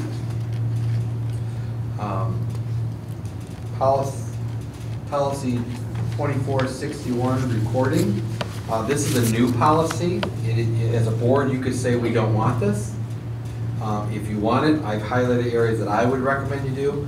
Basically, this has come about because several districts have had parents who want to tape IEPs or 504 meetings, whether it's a recording and so forth, and outlines the policy that if they're going to tape it, it doesn't continue to be conducted unless we also tape it too from that angle. There's a couple options you have. I took the options of if they're going to do it, we'll do it, type of thing. So that really, I should go through the audio. And it says if someone wants to tape it, they do have to notify us ahead of time, as it identifies the building principal who will be part of that, but so that there is notice, so that we can obviously have equipment to tape it. Frank, hold on one second. I just wanted to know that my laptop died, so I'm pulling up all the information that you provided online on my phone. I just didn't want people to think I was texting you in the meeting or something. My computer actually was dying too. I think when they replaced the microphones, they forgot to rewire the power cords. The Nothing's I dying here. stole got mine all set up.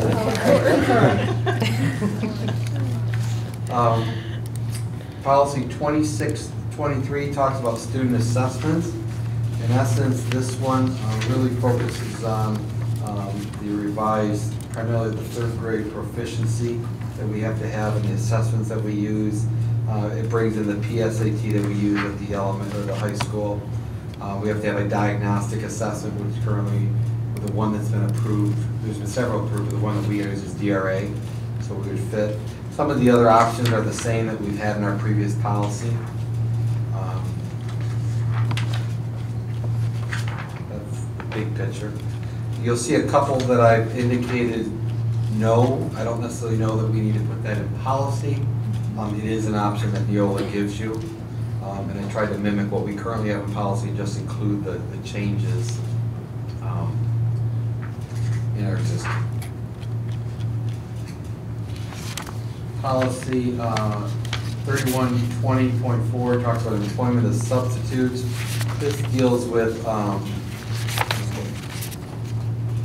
basically if a substitute has been teaching in a long-term position for 150 days, directly employed by the district, you have to have them be the first option to accept a contract if one is available. It talks about how we pay our substitutes. We pay them actual hours worked.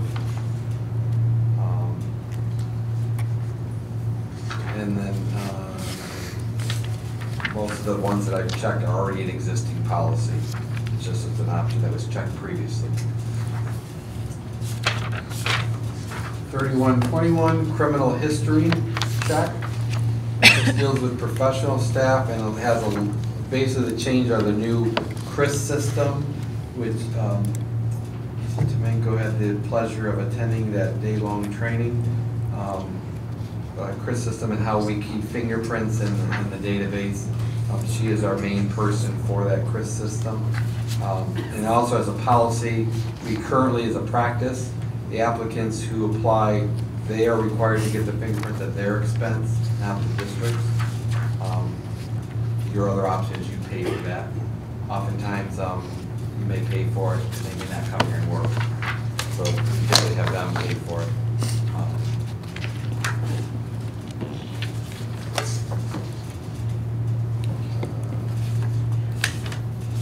Again, the last page on this policy talks about specifically who is, if you have not been given access to CRIS, the system, the fingerprint system, you basically can't have access to it. It's just following the new law, or the change in the law to tighten up that system. 4121 is pretty much the same thing, but in regards to support staff.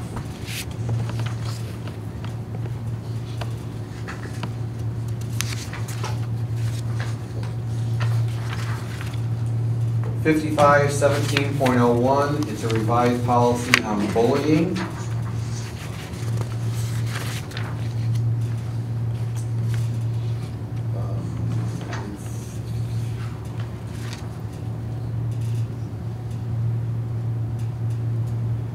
Part of the changes, which is going to come up in the student exclusion and restraint, or expulsion, talked about restorative practices is an option. That's one thing that spoke to law. So we talked about training in identifying bullying, and that we're going to look at programs that address with students, parents. We do some of that in our staff in their first year of their, every year at the beginning of the year we do online bullying through our SETSAG insurance, and it has to be done annually. So what I've marked here applies to our current practice. There's a section I did not recommend doing because it deals with some restorative practices, and we are not a restorative practice district. So that's why you crossed it out. We don't do that as That's an option. Can I ask about why we wouldn't have a time frame on investigating bullying? The reason why we didn't, and our current policy did not have one, I think it said about 3 days, I think it was, or it should be, because there are situations that could arise where it's going to take you longer to come to figuring that out than more than the 3 days. And so we didn't have it in our current practice, our current policy. when this was ever presented previously. There could be situations that come up that, again, our goal is to get it addressed as quickly as possible, but that definitely ties our hands and puts us at a I don't want to say a liability, but it's somewhat is out there.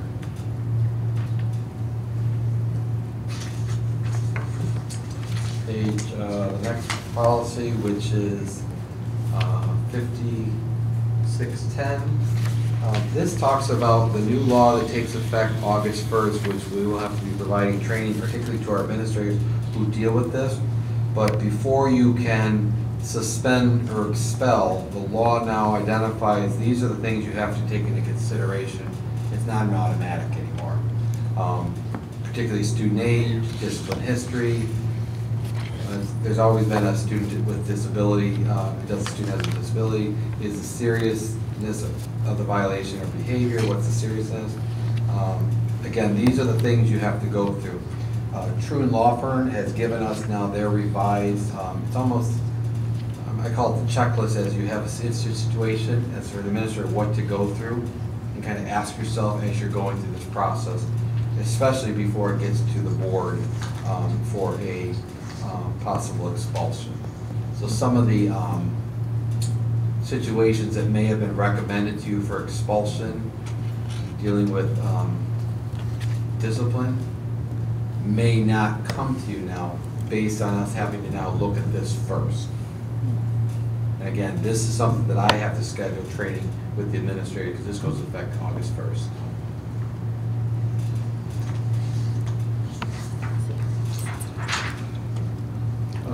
Students and expulsions is required by statute. Again, these are, again, from the board's perspective, these are the factors that when it does come to you, that you do have to consider. It still remains that expulsion and long-term suspensions come to the board. In the policy, in some districts, that discretion is up to the superintendent. I did not recommend changing that because as we've seen in the past, each case is somewhat individual and unique. And as a board, I know you guys have deliberated and it's been a very hard decision. So that would remain, unless as a board you want to change that, and that becomes me, where it's only the appeal process comes to you on that aspect.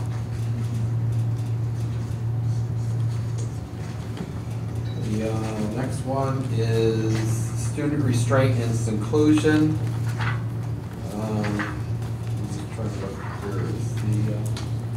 This is a replacement policy. It goes through what are the prohibited factors. Again, this is a result in the, this was a very hot topic and a lot of public comment was taken at the state level. It's now law, and so this now becomes replacing when you can restrain, when you can exclude a student.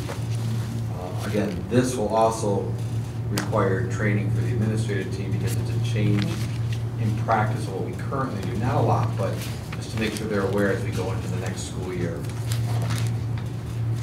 Some things that you can and can't do anymore.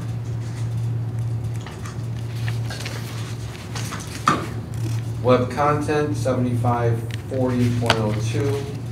It just updates the Student Online Personal Protection Act is now included. The stuff that I've marked was in our previous policy.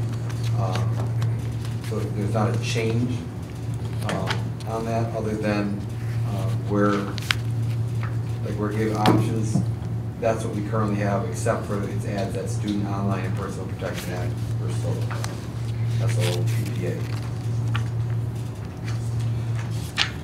8330, student record. Again, this is our existing policy, what I have checked. The difference is on page 4. It talks about foster care, which has been a change that we are required. It says we have 1 day when you're dealing with a student in foster care to get the records to that school. It's an expedited process. And that's a change in the law. So.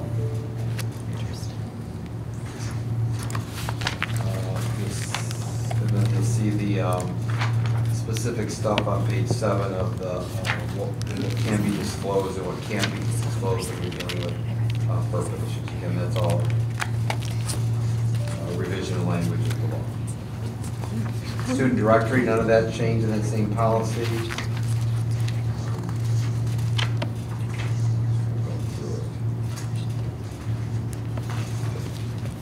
School safety, 8,400. This talks about the school safety committee. As I've talked to you, shared with you, I've been part of the county. We are revising the county plan, which will roll out in August. And then we will begin having these school safety meetings with the appropriate agencies and individuals beginning next school year. It talks about what we have to report by law, as required to report to state, federal, or state law, local law enforcement, and the prosecutor clarifies language. The other options I've checked are in our existing policy, which is they give you that option every year. Policy food service, 8,500. This primarily deals with bad debt.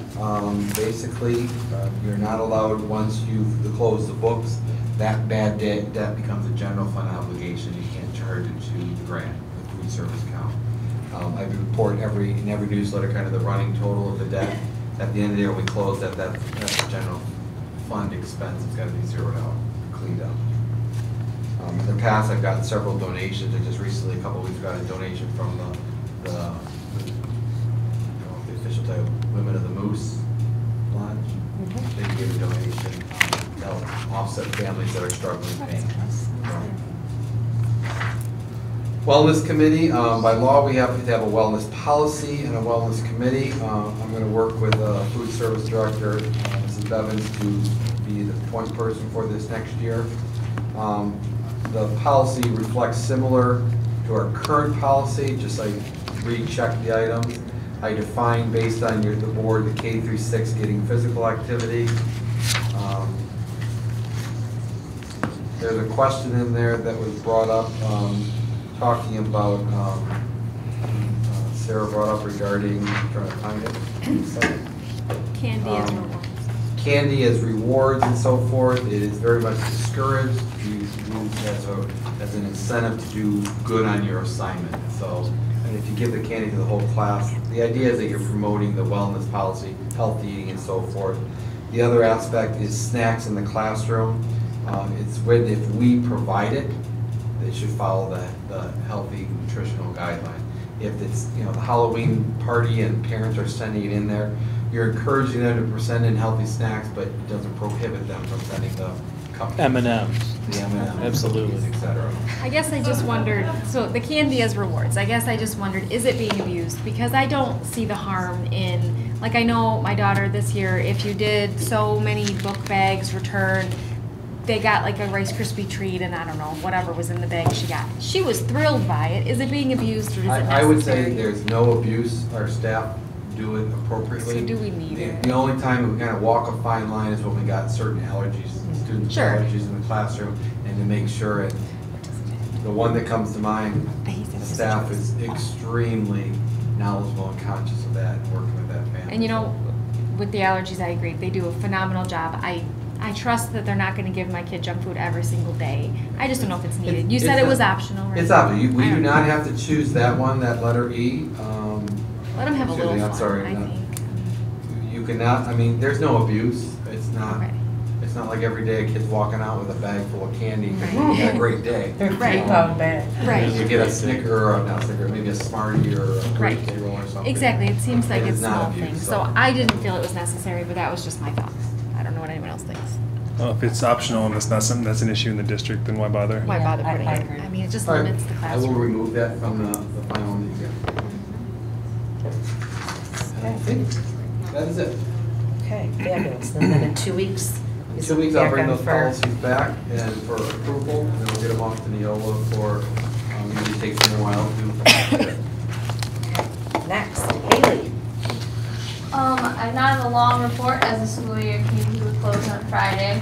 I just wanted to say that all 3 buildings had a successful school year all around, ending it with all of their award ceremonies. And I also wanted to give a shout out to the varsity girls softball team. They're regional champs, and as Mr. Reinhardt said, they're gonna go to state quarterfinals tomorrow in Novi. So good luck to them. They're doing good things.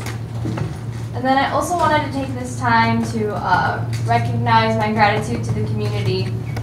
As a lot of you may already know, I'm heading to the University of Chicago on Friday for 3 weeks for a pre-college program.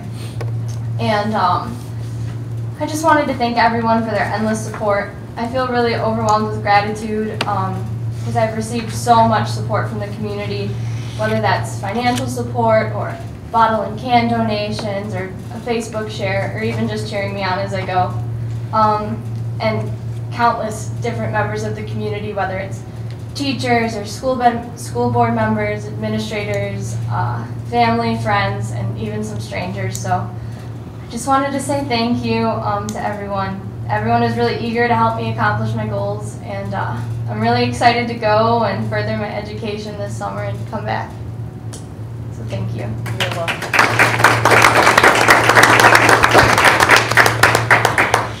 We're excited to hear about it after you come back as well. Okay, next, Brian. I just want to echo Haley. We had a phenomenal end of the year. Mrs. Nolan spoke a little bit about it, but our district-wide Memorial Day celebration, part of the impetus behind that was we had to add instructional school days. And so we had to add 7 days of school, and a concern that I had was, would we get the numbers? And we overwhelmingly had the numbers. And I think what the buildings put together for that Memorial Day, if you had a chance to drive by the district that Friday and that weekend to see just the flags and that day, the ceremonies that were taking place, I believe we hit this out of the ballpark from trying to help kids understand what the true meaning of Memorial Day is. And each building did it very differently, so I'm very pleased with what they accomplished. The other thing is I had the distinct pleasure of participating in every award ceremony from pre-K to 12th grade, from up to graduation, as well as many of the board members sitting here came and were part of it. It truly was a celebration of what we've accomplished this year from the classroom and showcasing the students. From the preschoolers who we presented them with their class of 2030 banner for next year, to the 12th graders who are going to go on and make us very proud when they leave the high school, to the 3rd graders, to the 7th graders, whatever, walking across and receiving those awards and being recognized for their accomplishments and by staff members who really care about them.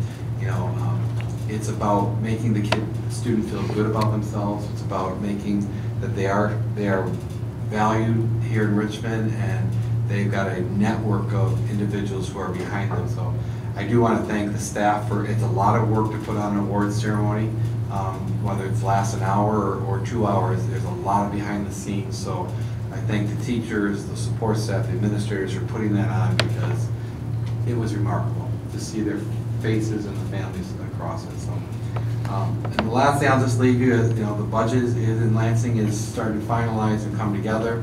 I am very concerned, as well as everybody across the state, regarding the teacher retirement system or the pension for public school employees. There is an attack on it.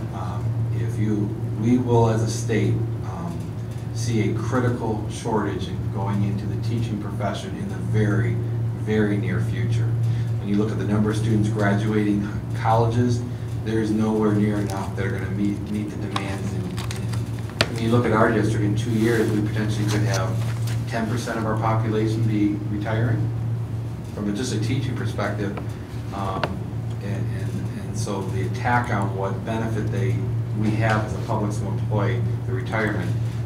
The current hybrid system is self-funded. It's funded 110%, and yet they're still going after it. And I think it marks the legislators' attack on public education. So speak out and speak out loudly, because we have great staff. We need to be able to recruit those great staff. That's all I have. Okay, excuse me. Next, items of interest from members of the board. Does anyone have anything? The end of the year provides a lot of opportunities to take in events.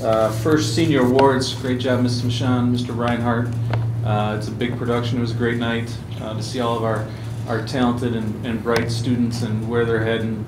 I would like to thank all the businesses and organizations in our town that gave so much in scholarship money to our deserving young men and women. As it's already been brought up, I did have the opportunity to make it to a couple of the Memorial Day festivities. They were fantastic. I think it's great for our kids to understand that day and why it exists. I thought it was fantastic all weekend. If you drove through, we hosted two ball games on Friday and 2 on Saturday, and it was just very impressive for everybody to see that came and played that day. I had the chance to go to the 4th grade and 8th grade promotions. Just want to say thank you to the administrators and the teachers for making every kid feel special. A lot of smiles, a lot of happiness going to new buildings, and all the excitement that goes with that. Lastly, I would like to thank everyone in the community, including administrators and teachers and board members that made the trek out to Auburn Hills a week ago Saturday to support both the softball programs and the baseball programs. It was a fun day. One team ended up having more fun than the other in the end, but we both got to the last game. But to see everybody there was, with the support, it was just, it was a great day. Hopefully everyone had fun and it's appreciated. Anybody else? I just wanted to say thank you to Heidi and Dave for letting me participate in the pre-kindergarten commencement. That was, thanks for letting me butt in. I know my daughter got a real kick out of having me on stage there. So. Pretty well, and it really showed the commitment to the community and the family too. Well, you know, board member was up there, and then all of a sudden, you know, the little girl runs up and scoops him up, and I had to say, "That's Dad," just so you know. Yes, so thank you. Appreciate it. I want to share, we got a note here to the board from Rachel Rigoli and Mr. Wagner. Dear Richmond School Board, thank you so much for providing me with the opportunity to attend the DECA International Career Development Conference this last April. It was an amazing experience and certainly unforgettable. I was able to network and meet new people that will certainly help me in college and future career. Without your financial aid, none of this would be possible, and I am very grateful for it. Sincerely, Rachel Rigoli and James Wagner. So I thought it was neat to maybe just put that out there to the public. Rachel did a phenomenal job out there in California, and she truly was very grateful for getting the chance to do that. I want to just give a thank you to Mrs. Ranger, Mrs. Durst, and Mrs. Nolan for stepping up to the podium tonight and saying some great words about our district and our kids and themselves and the work that they do. They are truly appreciated for what they do, for the words that they said, and for the positive impact that they make on our students. On behalf of the board, we look forward to keep moving forward, getting that message out there, how great we are, because if we don't say it ourselves in front of the TV cameras and out in the public, no one's ever going to know about it. We've got to talk about how great it is in Richmond. And we had a very good meeting this afternoon with the REA leadership and just some tremendous people sitting around a table with some really cool ideas on how to get out there and promote us and make us look good. And just thank you, Mrs. Ranger. Please extend to all of them again, you know, first day of vacation, and I think there was 11, something like that. So 11. So we thank them for that, and the three of them are right. This is a great place to work. It's a great place to bring your kids to school here. We have great educators. We have tremendous administrators. The rest of our staff, no matter what your job is, everyone does a great job here. We have a dedicated superintendent whose goal is to make us the best school district in Macomb County, and we have a Board of Education that backs that up and want to be able to walk around and make sure that everybody knows how great we are. So thank you to all of you that attended and for your great words. We appreciate them. Anybody else? Okay. Looking for a motion to go into closed session for negotiations. Absolutely. Support. It's been moved and supported. Any discussion? Hearing none. All those in favor, aye. Aye. Aye. Opposed? Motion carries.